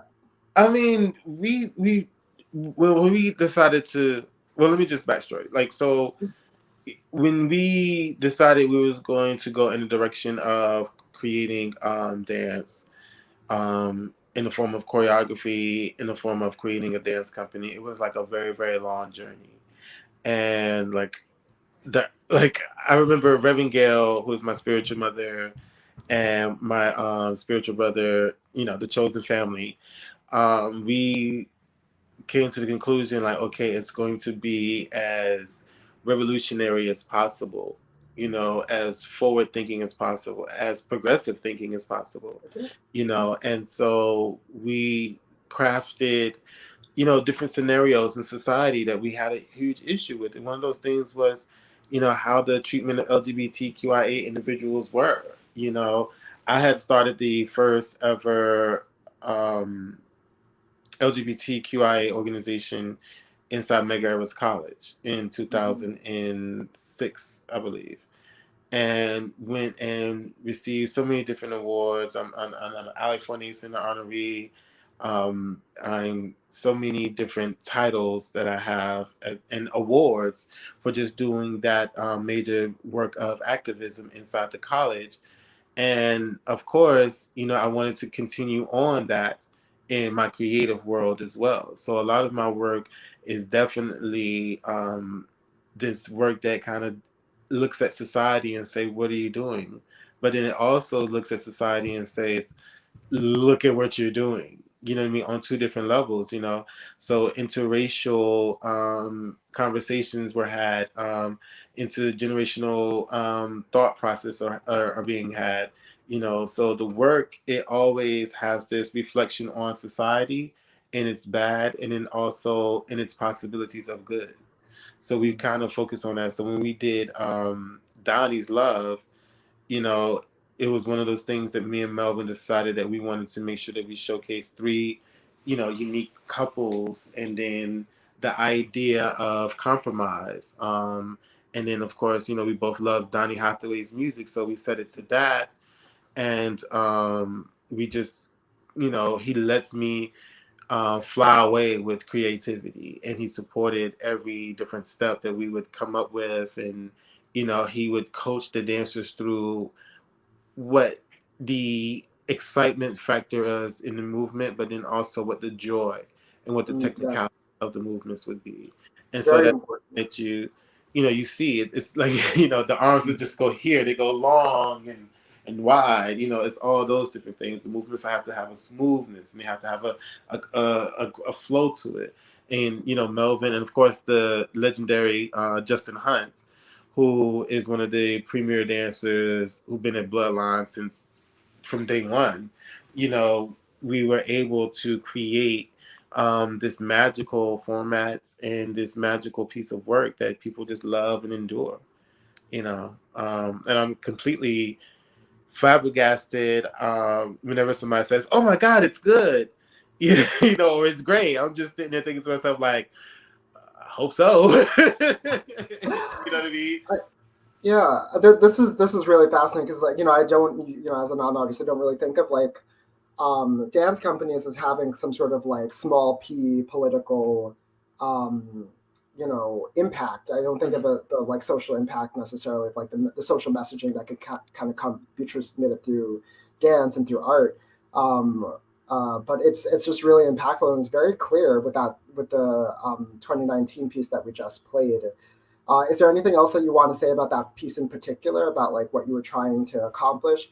And before I let you answer, I'm also going to, if you guys have any reactions, viewers have any reactions to that video that we just played, that beautiful dance piece choreographed by Melvin Blak, the late Melvin Blak, please, we will actually pin some of the comments on the screen as we continue having this discussion. But really, Lamont, is there anything else that you really want to add about that piece in particular?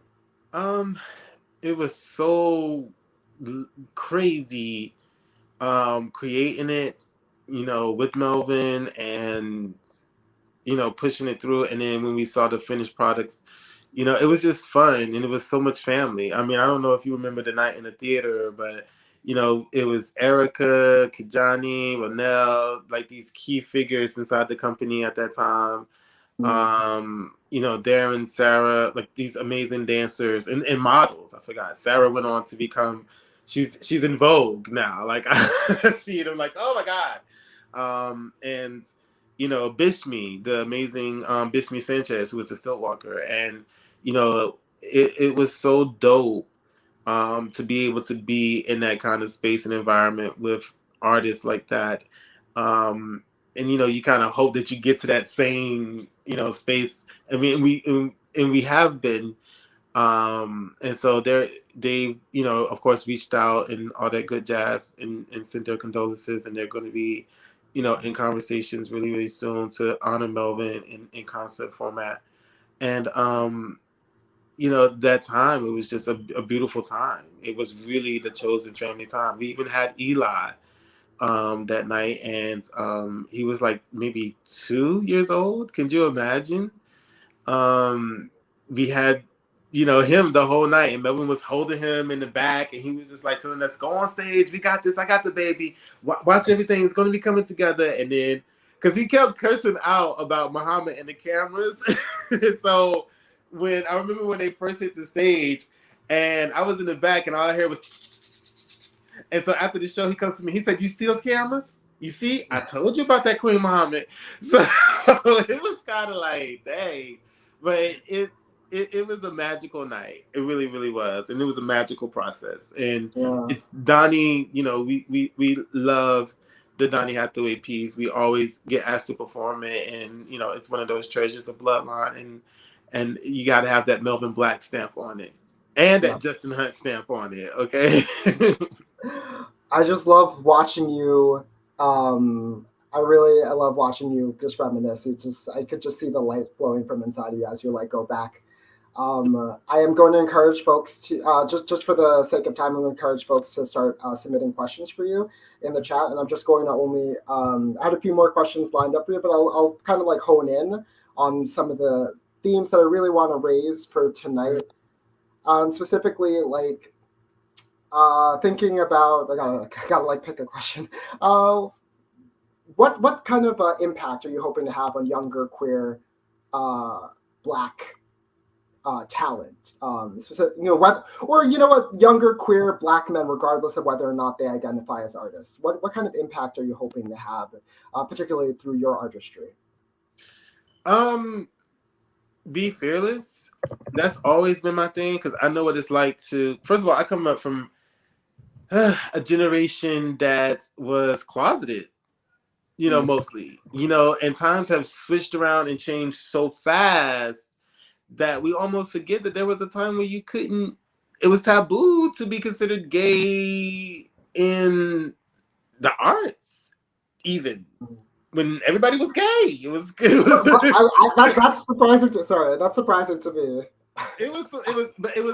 I mean, everybody was gay, but everybody was like, oh, well, I'm not gay publicly, but you still a hoe publicly. So how could you not? I mean, sorry to say it like that, but it was something that was funny to me. And I think that fear at that time did hold a lot of individuals back from being able to artistically speak as freely as possible, and so it was crazy. But I'm seeing now, the fear of that is over in so many different individuals, but Right. it's still so much work that needs to be done, because why is it considered new and the latest craze to be considered an LGBTQIA figure in the public? You know what I mean? That means that we still have a lot of work to do. For real. And I think it's so interesting. I think one of the greatest actresses ever, which was Miss Maxine Waters, we were all saying, yay, auntie, but you really got to get out there and actually help do the work. So I really don't, take the praises. I accept them, and I'm gracious and I'm humble. But I think the thing that I love to see is a fellow person doing the work. I get like goosebumps whenever I see Ja Love, or I see Detox, Alicia Kelly, all those girls hitting the stage in so much bravery. I'm like, I'm not doing but so much. You know what I mean? And then of course, Zaman, who is able to transcend between a heterosexual norm, and then all of a sudden he's Cinderia, the Indian goddess. Those kind of artists, that's like, that's the work. That's what I intend for my work to hopefully do. To, hopefully, the next generation that's coming up is like, okay, well, I can do it, and I remember our challenge was to be able to do it, not to get rich, not to be, this multi-million-dollar, choreographer. My goal was to be able just to do it, and do it how I envision doing it, in its honesty and its purity, which is from myself. Right. Yeah, that's brilliant, and it really helps contextualize the work that you do. And I think I'm going to view your performances differently. Mm-hmm. We do have one question from the audience, but I'm also going, just for the sake of time, I'm also going to ask you to collapse it with your closing remarks. Mm-hmm. But before we go into that question, I just also want to plug that you're going to be performing this Saturday at the Live Pridefully exhibition at the Queen's Museum that I mentioned before at 2 p.m. So please, everyone, if you want to see Lamont's talent on display live, please come to the Queen's Museum, 2 p.m. this Saturday. Wait, let me correct you before we get messed up. I'm not performing. Justine Hunt, sorry, Justine Hunt, sorry. Justin, the Fabulous Hunt is performing, and I'm so excited. You gotta understand that relationship is so tight and so wonderful. He's been with the company from day one.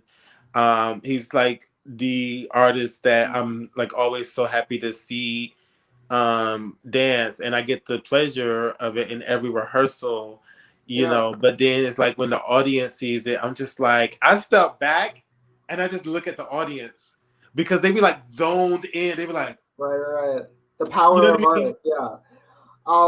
So yeah, I'm But Justin Hunt will be it's my performing choreography this though. Let me put Saturday. that out there. Yes, It's my yes. So I apologize I for the choreographed that misspeaking. dance he doing. Okay, great. So just yeah, we are going to just go with the. If you can just answer this last question specifically about Melvin Black's work, and also if you can just quickly throw in your closing remarks as well. I'm sorry to sort of rush you, but what do you think the impact of Melvin's identity as a queer Caribbean man had on his work and the reach of his choreography engagement, and any kind of last words that you want to leave us with regards to artistry and Black identity? I will definitely say Melvin wasn't necessarily identified as Caribbean. Melvin identified as Southern, but the backstory is he traveled the world as a dancer, and he connected with so many different cultures that, and especially in New York City, you know, he lived, you know, in the Haitian community. He loved the Haitian population here in Brooklyn. He loved the Trinidadian culture. He will always be seen at Dance Africa, in the steel pan yards. You know, he was always there watching different concerts because he loved the music. He embedded himself in the West Indian culture via dance, you know, and not only did he embed himself, but he also helped to produce the celebration of it. When it came to the Labor Day festivities, he was always there in support, calling me, making sure I had my costume, my performance line up together, you know, and sometimes even being there. His funnest memories was, of course, the parades, like everybody else.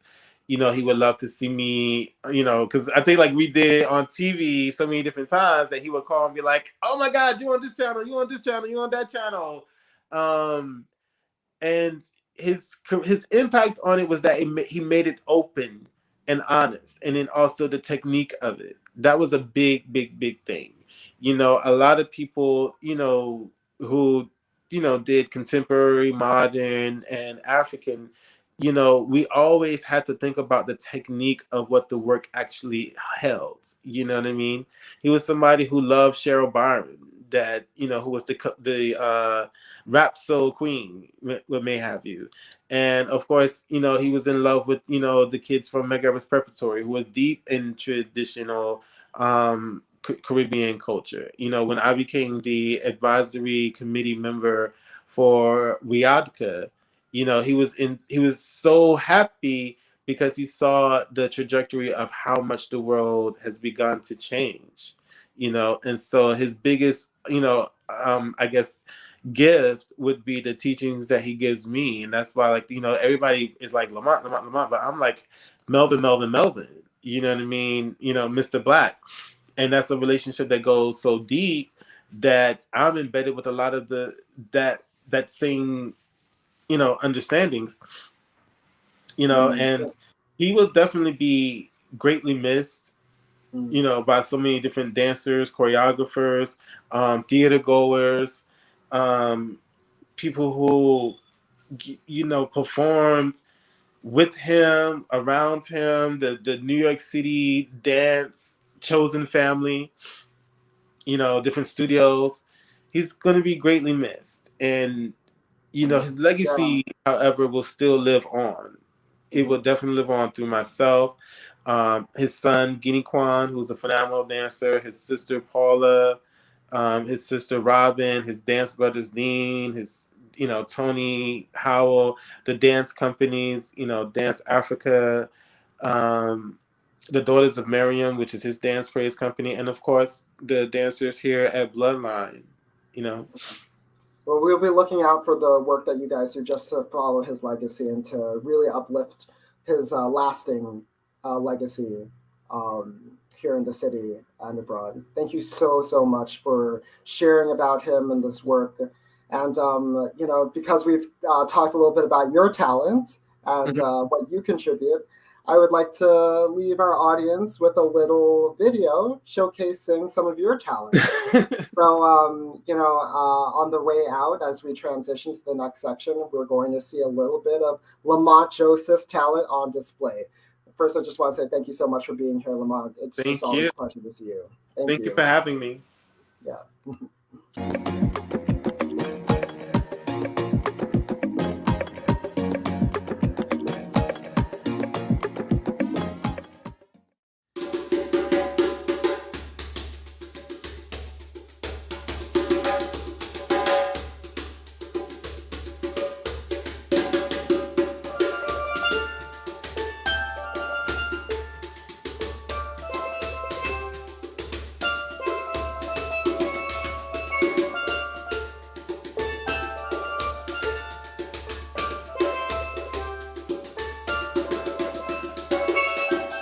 When we reach, can I ask you for your thoughts and prayers with a moment of commitment to the past hurt you felt and dealt out? If we reach, the music and cries that no one will feel on this earth will be the sound of countless no's drowning out before you walk home in the morning. The getaways don't tell, they see us. And not in this house will not echo in the distance on your walk home. We reach. It is a choice to you, but an identity to her. An existence to him, and a theory to your aunties, and an abomination to your uncles. The father's silence, and the mother's walk away. And a no answer to a sister or brother at the sight of bloodline in open air. We reach, and it crawls through your thoughts and dreams under the idea that if I don't approve it, it does not exist. It is not my son, my daughter, my sister, my cousin, my friend, and definitely not my lover, or my mother, or my father. In the house of organized spiritual and religious understanding, serving some the contracts of obedience to the masses of freed prisoners of the past. We reach the stones that were thrown, the ropes that hung, the feet that ran, the crowd that came, and heard the last breath of freedom from the human form, and looked around in dead silence to scream to another to suffer the fear of human freedom from ignorance, hate, oppression, discrimination, and fear of the unknown human that does not exist in the happiness of the payment for the moral contract. But we are here. You are here. She is here. He is here. They are here. All of we and we family is here. White is here. Asian is here. Latin is here. Indian is here. Native American is here. Colored, all under the acceptance of the masses. You say hello, good morning, good day, and good night, and invite them into your thoughts of subconscious happiness and agreements to your moral contracts with no knowledge or disagreement that lesbians reach, gays reach, trans reach, bisexuals reach, queer reach. Now allow yourself to reach.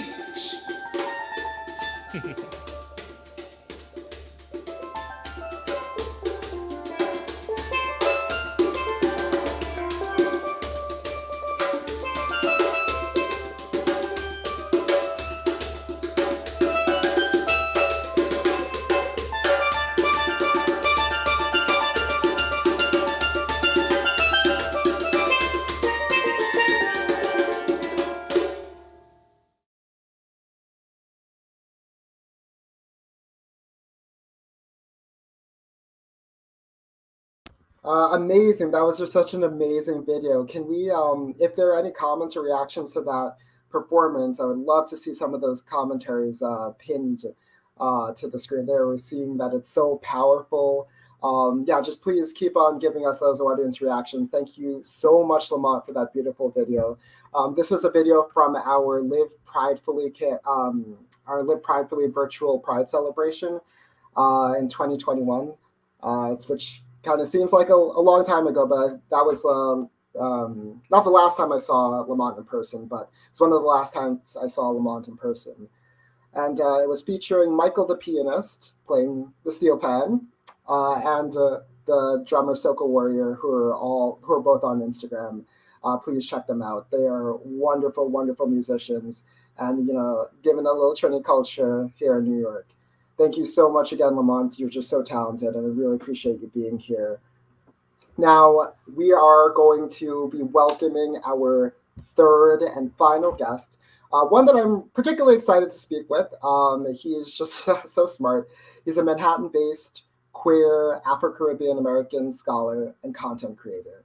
Though I believe sometimes he reps the Bronx, and we'll talk about that a little bit. Born in the Bronx to Afro-Caribbean parents, one from Jamaica and one from Trinidad. Robert, our next guest, has worked to document the narratives of enslaved women's agency in colonial Jamaica, trace the use of obia in the English-speaking Caribbean, and expose the current conceptions and misconceptions of the Greater Caribbean by gaining a deeper understanding of respective islands' histories of consumption. So more popularly, he's known as one of the co-founders and co-hosts of the podcast Stush and Bush. For those of you, the few of you that don't know the podcast Stush and Bush, it is a Caribbean podcast on Caribbean happenings, overall mix-up and blend with a queer twist. Here it's worth noting that his co-host happens to be a CEP leader and executive board member, our good girl, Kadeem Robinson, who is just such an amazing human being. And their conversations together are just so dynamic and explosively insightful and absolutely hilarious. Now, I traditionally have listened to their podcast on Spotify, but I know these days we're rethinking our relationship to Spotify, so I'll have so you can also check out their podcast on their website. And don't worry, I'll have him plug it plenty when we have him on screen. But first, I feel like instead of simply describing the podcast experience that Stush and Bush offers, how about we play y'all a little clip, Aditya? Who wants to hear some Stush and Bush? All right, let's get Not funny, but like almost like a universal experience that we feel as Caribbeans. I spend a lot of my time focusing on my mindful practice now, and the power of my breath. And I found recently that I was reflecting with my therapist that there are times where like I've been around my parents, my father in particular, and I have to remind myself that it's okay for me to breathe into my body, and to allow my breath to fill my body, and therefore for me to grow in his presence. Because Come on and give that constant shrinking that we do is something that our inner selves, our spirit, our energy is like will do regardless. You're not aware of it, but like when you like get in touch with your breath, you're like, I'm breathing as if I were the smaller version of my childhood self, and like I am grown now, and it's not the oh well, me big now, it's like whatever, but it's more so the body that I'm breathing into right now needs more breath, and because I'm honoring that need for more breath, I'm going to need to breathe into myself a little bit more. And when you have that sort of like in-depth touch with yourself, you realize that the way you grew up and the things that you did for survival based out of assumption, based out of need and reality, sticks with you in a way that is not necessarily helpful in this moment. Like you're not surviving that way. Yeah, 100%. I think excuse me. I think like what stood out, what made me breathe real harder, child, was talking about like the masking of yourself. And I think for me, I find having a Caribbean identity the most expansive way that I can explore myself, and also the most restrictive way that I have explored myself. And like it's always been this space of like, yo, all right, well, I can do whatever the fuck I want to do as a queer non-binary Caribbean person, but also like as a queer non-binary Caribbean person, there is that like past of like always literally shrinking myself and like shrinking my greatness to accommodate all the other girls around me. Wow, wow, wow, wow. What an explosive conversation. Let us bring on the one and only Robert Taylor Jr. Come on down. Hey, Darren. How are Hey, you? I'm doing great. Anytime I speak to you, it's great. I just feel so lucky. Honestly, the only reason why I roped you into this program was so that I could have some time interacting with you. You know this. This is all just one big pretend. You know what's funny? Forget listening to the clip. I was looking at the photo, and I remember the day of that photo shoot, and so now I'm asking myself the question: where's that shirt? That was a good shirt, and I don't know if I've seen it recently, so I think I'm gonna have to go dig in the closet a little bit more to go look for that. Yeah, no, you're gonna have to get that shirt back out. So how are you? How are you? Let's start off there. Wow, if I really give myself a moment to sort of like drop in, I think I'm feeling a lot. I believe that trying to live whatever this life is presents itself with some difficulties and then also a lot of beauty. And so I'm moving between both spaces and then trying both to, again, as I was saying, be connected to my breath and then also to distance myself from pieces of the experience itself and to be able to feel a little bit more embodied in my responses to what's going on in the world. That is such a Robert Taylor Jr. response. You know this, right? You like just turned into a parody of yourself. But yeah. so our audience is not here to watch us catch up. Although I could catch up with you all day because it's been like ages since I've seen very you. long time. It's been about like 5,000 years, right? Just about. Yeah. I round up. So just talk to me about the why of it all. Why did Stush and Bush start? Why are you interested in fostering the conversations that you do through your podcast and also through your academic work? Yeah. So Stush and Bush came about because Kadeem messaged me on the website and then I ignored them.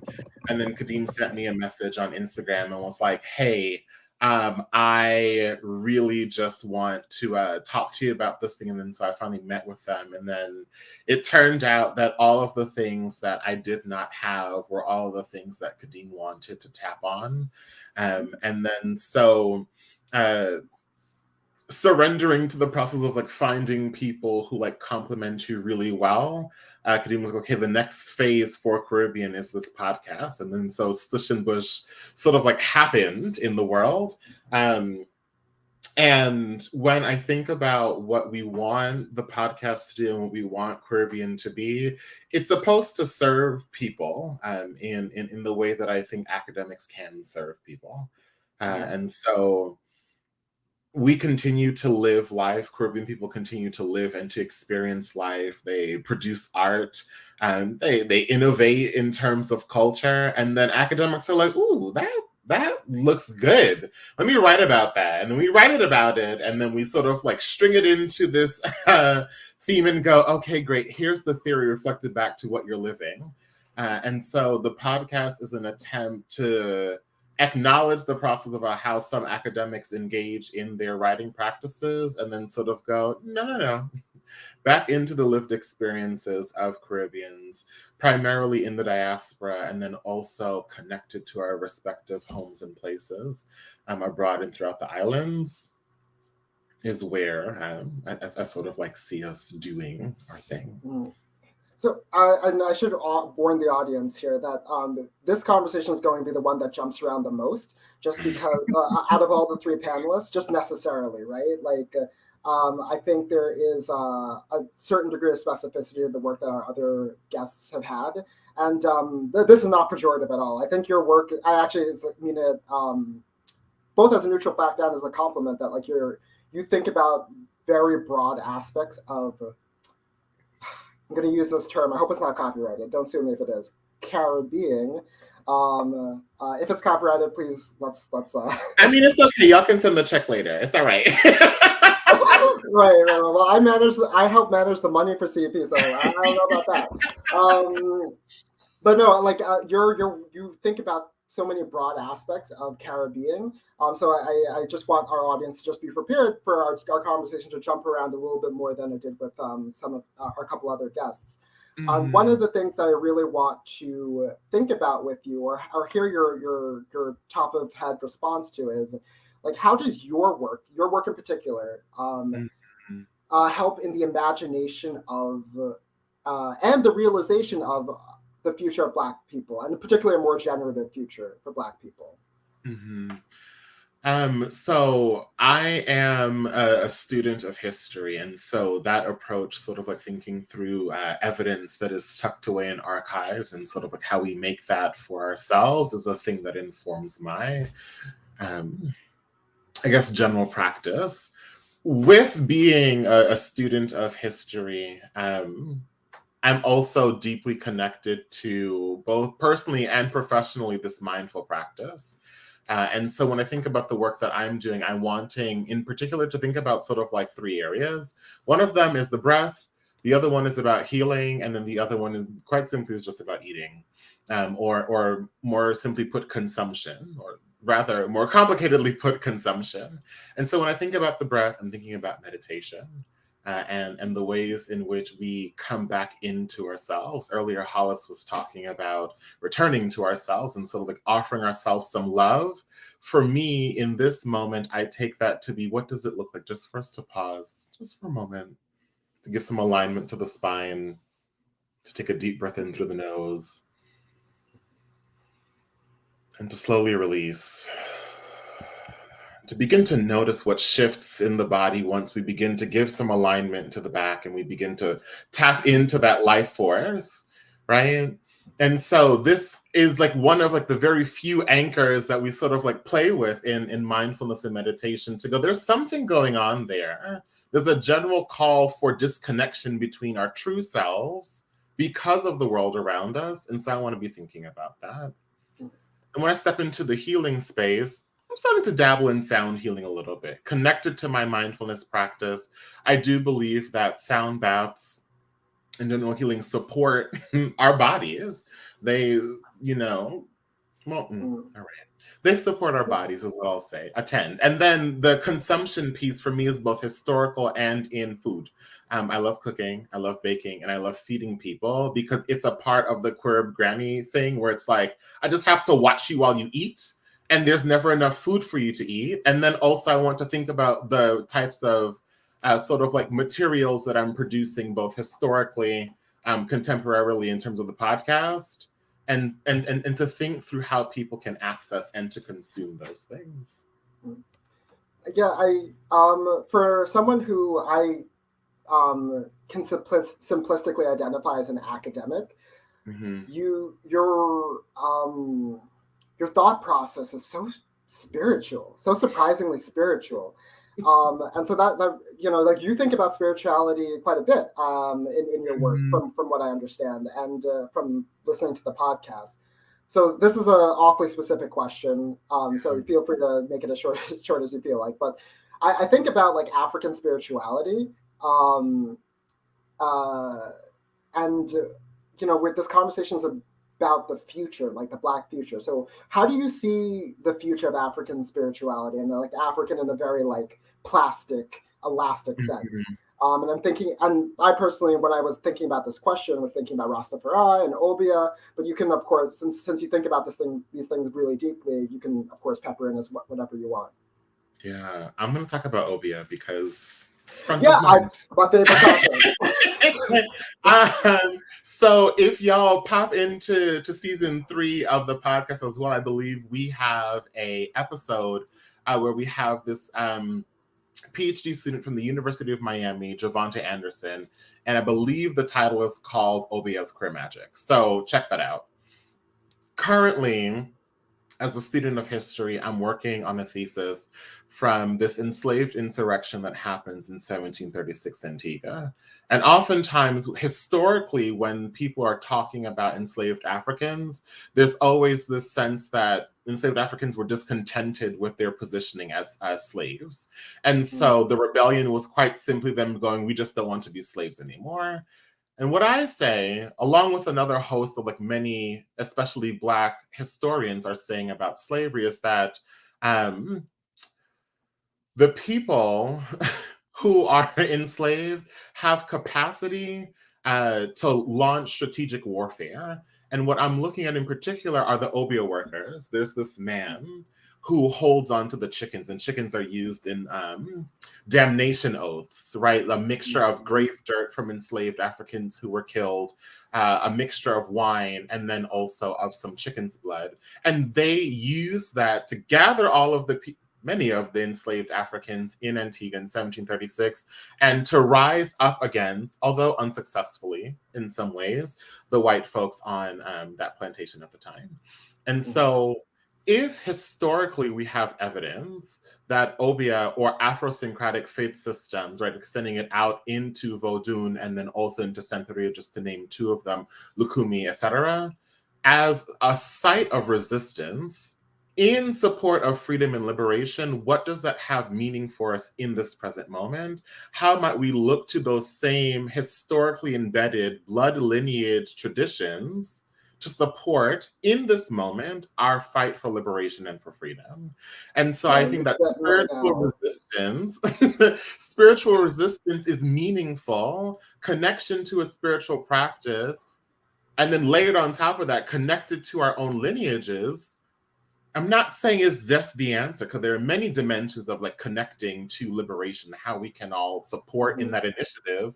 But if spirituality and healing is for you, and you have this lineage, tap into that shit. Do something.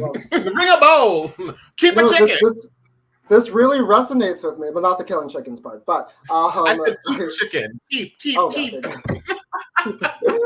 No. This really resonates with me, particularly not in the context of Black liberation, although you just connect that beautifully, and maybe there is a spiritual aspect. I just think about my environmental work, and just like how a lot of people know me as like a late in life environmentalist, which means I'm super passionate, like it's really annoying. And I think about like African spirituality and like how like my ancestors related to the natural world and like the ways in which animism really fueled the sacredness of the natural world, and that's what informs some of my work. And so what you've connected for us right here is the ways in which our tradition. Yeah, you're really spitting right now. I mean, like, if I can just add one slight more, thing into that piece, right? When yes, you can. You're Robert Taylor, please. I always have a follow-up. When you talk about animism, right, and the fact that from this African religious and faith sense that there is like life force and energy in all beings, living or not, right? I also think about indigenous cultures that have this understanding, especially also in mindfulness from the Eastern traditions of what it looks like to touch the earth deeply, right? There are these moments for mindful practitioners where the connection between hand and earth is also meaningful. For us, the Rastafarians, where the connection between hand and earth is meaningful. And so the earth, don't have me out here looking how I'm looking. Yeah, but what I'm saying is like the book that I'm reading right now. Oh God, has meaning. Yeah, no, we're about to start a new podcast right now. Right now. So unfortunately though, we are, we got to get some audience questions in here. So I'm going to encourage folks to particularly if you are a follower of Stush and Bush and a fan of Stush and Bush and a listener to Stush and Bush, although I missed season 3, I'm so sorry. I will get on it. I will get on season 3. I promise. And season if you 4. are. We haven't posted for a while now, I will say, but season 5 is coming early March. All right, don't let this be a Rihanna situation where we ask him for the album. But if you are a fan or a follower of the work that Robert does or Stush and Bush, which you should be, please post your questions and we'll have them pinned here so that I can direct them to Robert. And I know that we are rapidly running out of time, but I do have a couple other questions I would like to ask you myself, but I just want folks to just submit their questions so that I'm prepared to do so in a timely fashion. There's just so much, because it's, because of the work you do and the things that you think about, there's so many things I could talk with you about. One thing that I really want to ask you that I actually am not too sure about is what your relationship has been to art. Has there been, and specifically, has there been any recent work of art or pop culture artifacts, particularly from the Caribbean, that has spoken to you as someone who is Black, queer, and Caribbean? This is a difficult question because I am my mother's child. And so that means that all of the Western movies were what I was raised on. Anything that the BBC had to put out, Keeping Up Appearances, all of those, like old detective shows, that's what we consume in this house. And then also, I'm a rebel. So I'm typically not reading fiction, but I am reading a lot of historical monographs because I'm a nerd. And I should probably branch out into fiction. But one piece that sticks out to me that has some really interesting Caribbean ties is this play, Once on This Island. So it's based on a book by, who is it? Rosa Guy wrote 2 books in like the 1960s, I'm going to say. And then, so these other, 2 artists come produce this play. It's really amazing. And the beautiful story that I pull from it, because Rosa is Trinidadian, and the play is talking about this love story that's going on in Haiti. And aside from, tapping into the romance piece of it, there's a really deep and complicated lesson about love and commitment to leading with love that I think comes through in that play. Ultimately, she's fiending for this mixed man, and he's beautiful, and he goes, "Girl, I thought you knew we couldn't be together, honey." And so she has this option to either say, "Okay, well, fuck you too," and then he dies, because she did save his life, or the gods take her life.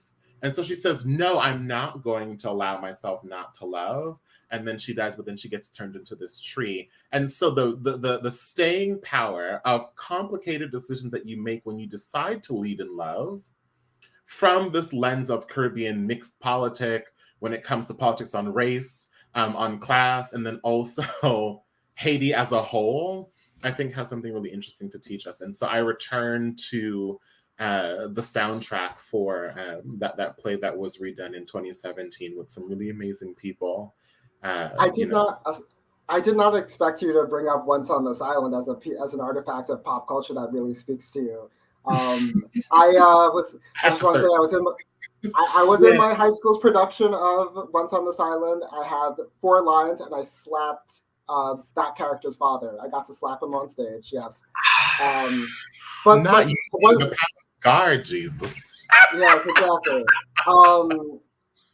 And I'll mention one more thing about that, but first I just want to continue to encourage our audience, our viewing audience, to just submit any questions for you, because you just talk about so many beautiful things in your podcast.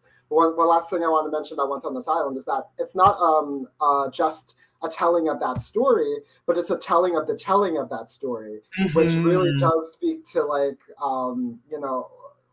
so all the characters are really just people telling the story of this young girl who falls in love with this guy from the mixed side of the island, and so on and so forth. So I didn't want to belabor that too much, but I just am so excited that you brought that up. Robert, you continue to surprise me. Unfortunately, though, even though I could talk to you forever, I do want to ask one more question before we move to audience questions, and then any closing remarks that you may have about your work or really anything. And the last question is going to be,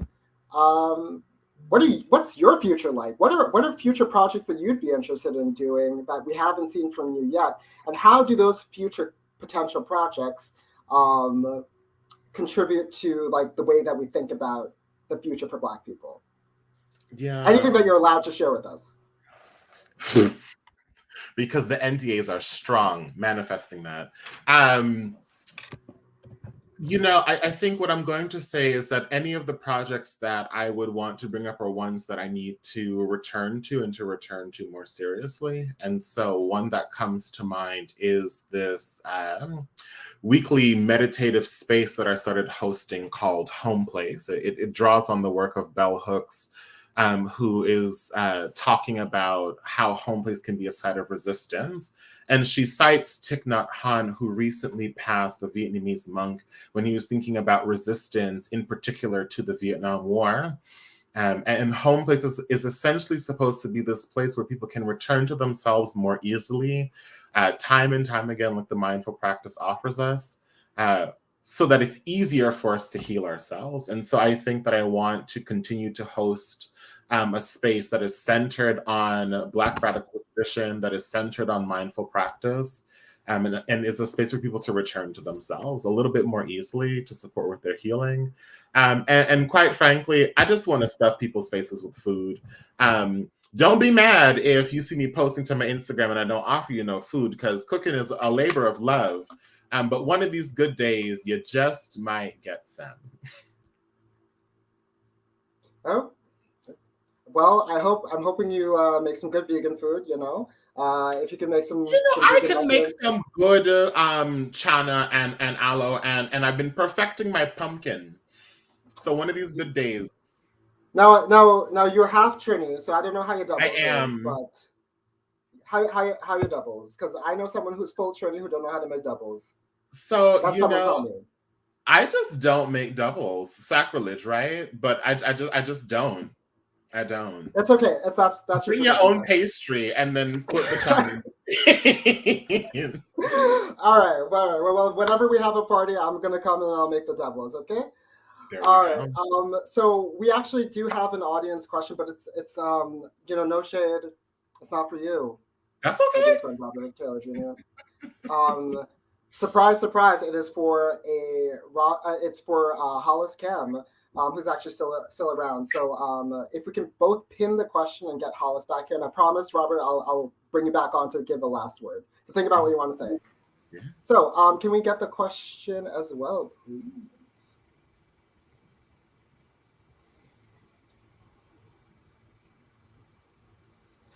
Okay, so what do you see as the link between carnival culture and body positivity? And are we converging or diverging more as the years go on, especially with more Brazilian influence on carnival? This really brings to mind the controversy a couple of years ago with the larger woman who was in carnival gear and getting popular, and then that whole conversation in Trinidad. So if you could please speak to that. Sure.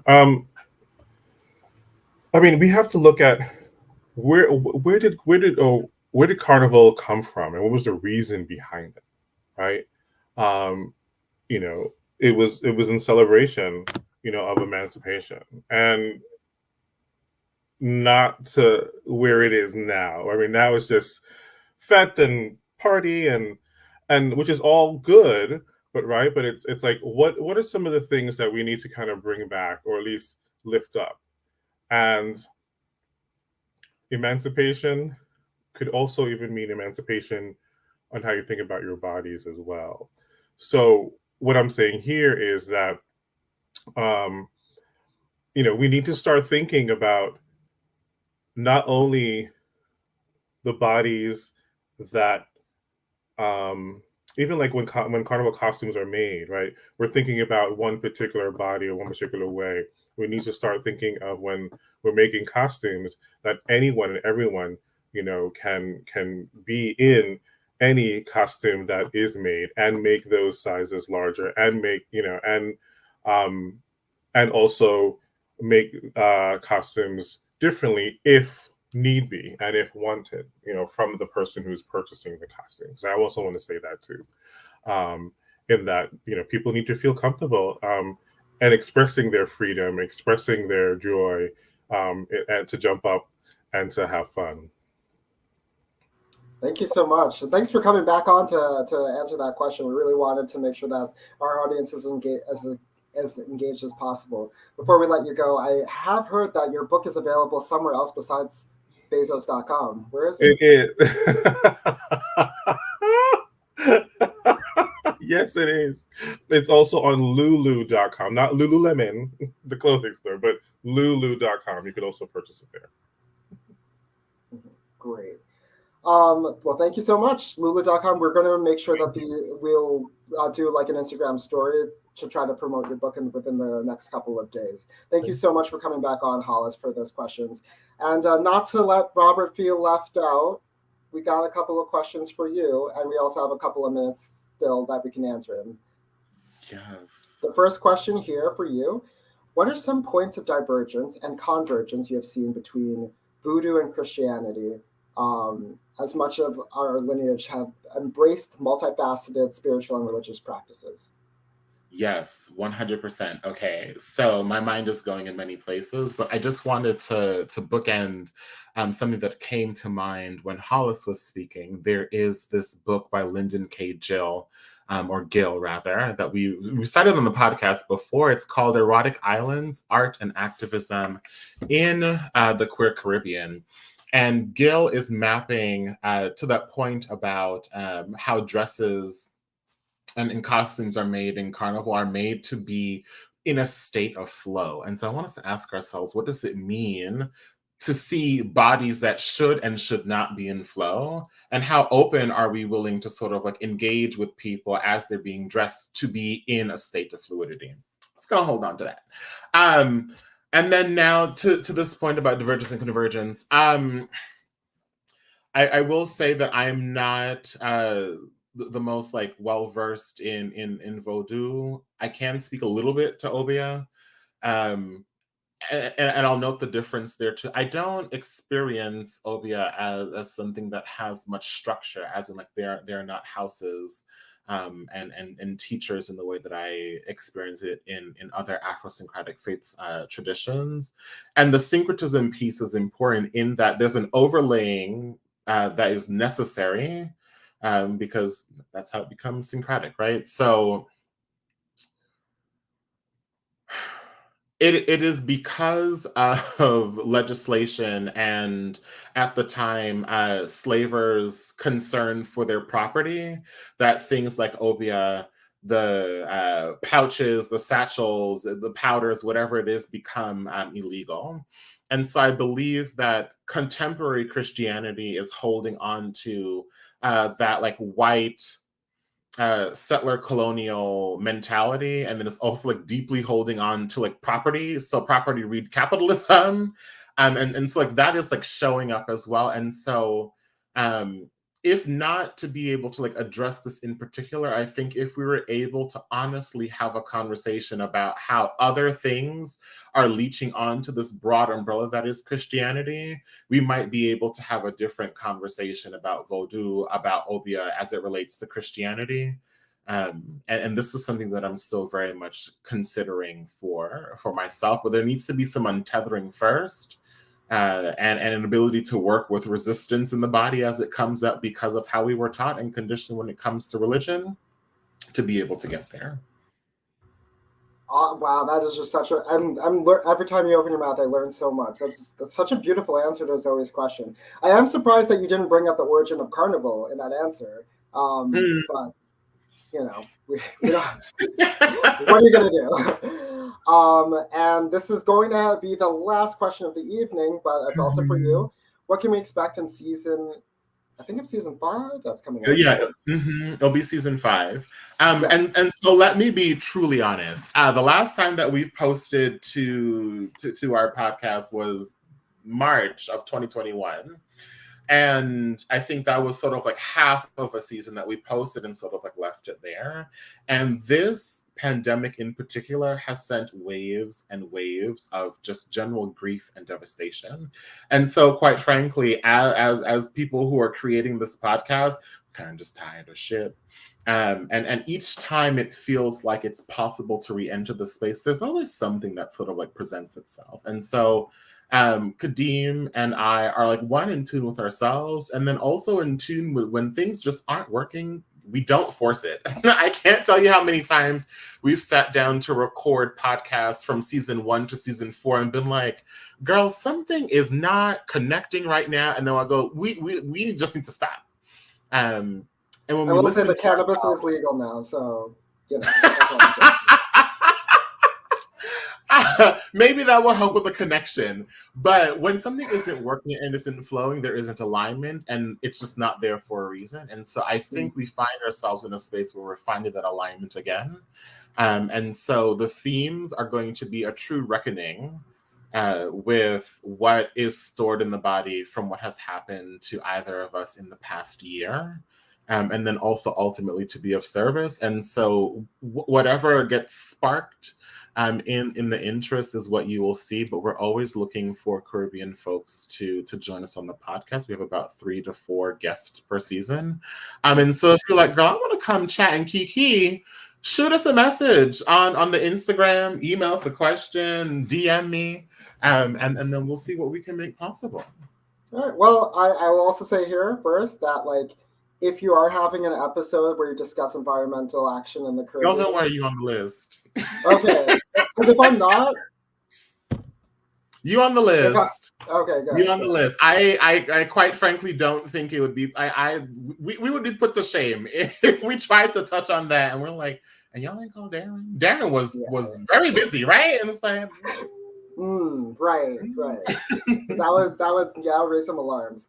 All right, well, I have to say thank you so much. I could talk to you all night, Robert. I mean, I genuinely mean it. I'm so glad that you were a part of this. I mean, just your insights just make anything that CEP does so much more enriching. And I genuinely believe that the people that we connect through our social media with can benefit from just anything that you have to offer. And so I want to say thank you so much for being here and being a part of this. Yeah, thank you so much for having me. And I'm glad that we were able, 1, to be of service, and then 2, to allow people to witness what it feels like when source is touched. So thank you. All right. Thank you. You have a great night, and thank you again for being here. And with that was our final panelist. And I just want to tell our viewing audience, thank you for being here. I mean, we can't really do this without you. We can't do this work without your support.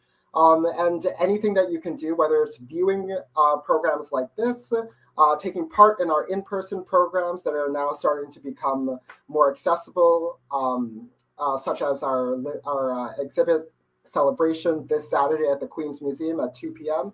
Still going to keep plugging that. Or if it's just donating through our Venmo or Cash App or through our PayPal, your support for our work is just everything. We cannot serve our community and advocate for Caribbean LGBTQ folks and protect our Caribbean LGBTQ folks and celebrate our Caribbean LGBTQ folks without each one of you supporting the work that CEP does. And so in the last final minute that we have here, I first and foremost want to acknowledge everybody who supports CEP's work. And in addition to that, I want to acknowledge the amazing people that have made tonight's program possible, from our wonderful guests, Hollis Kim, and his amazing book that I'm so excited to buy, like, as soon as this program is over, from Lamont Joseph, whose work and artistry is just so inspiring and so moving, and Robert Taylor, who just continues to make me think about Caribbeanness in new ways. And I also want to thank Theo Brown for just being such an amazing part of Caribbean Equality Project's ability to do programs like this. And above all, I really want to thank Mohammed Q. Amin for creating the structure and for founding CEP and allowing this movement to take this direction and empower us to have these kinds of conversations that really are meaningful and impact people's lives. And also special shout out to The World is Rich for providing the technical support that we need in order to make this program technically possible and accessible for folks. We cannot do it. It takes a village, it takes a community. And I appreciate each and every one of you. Thank you so much. And I hope you all have a great night. And I will see those of you who can make it this Saturday at the Queen's Museum at 2 p.m. Continue to follow us on social media, and we'll see you all soon. Thank you so much.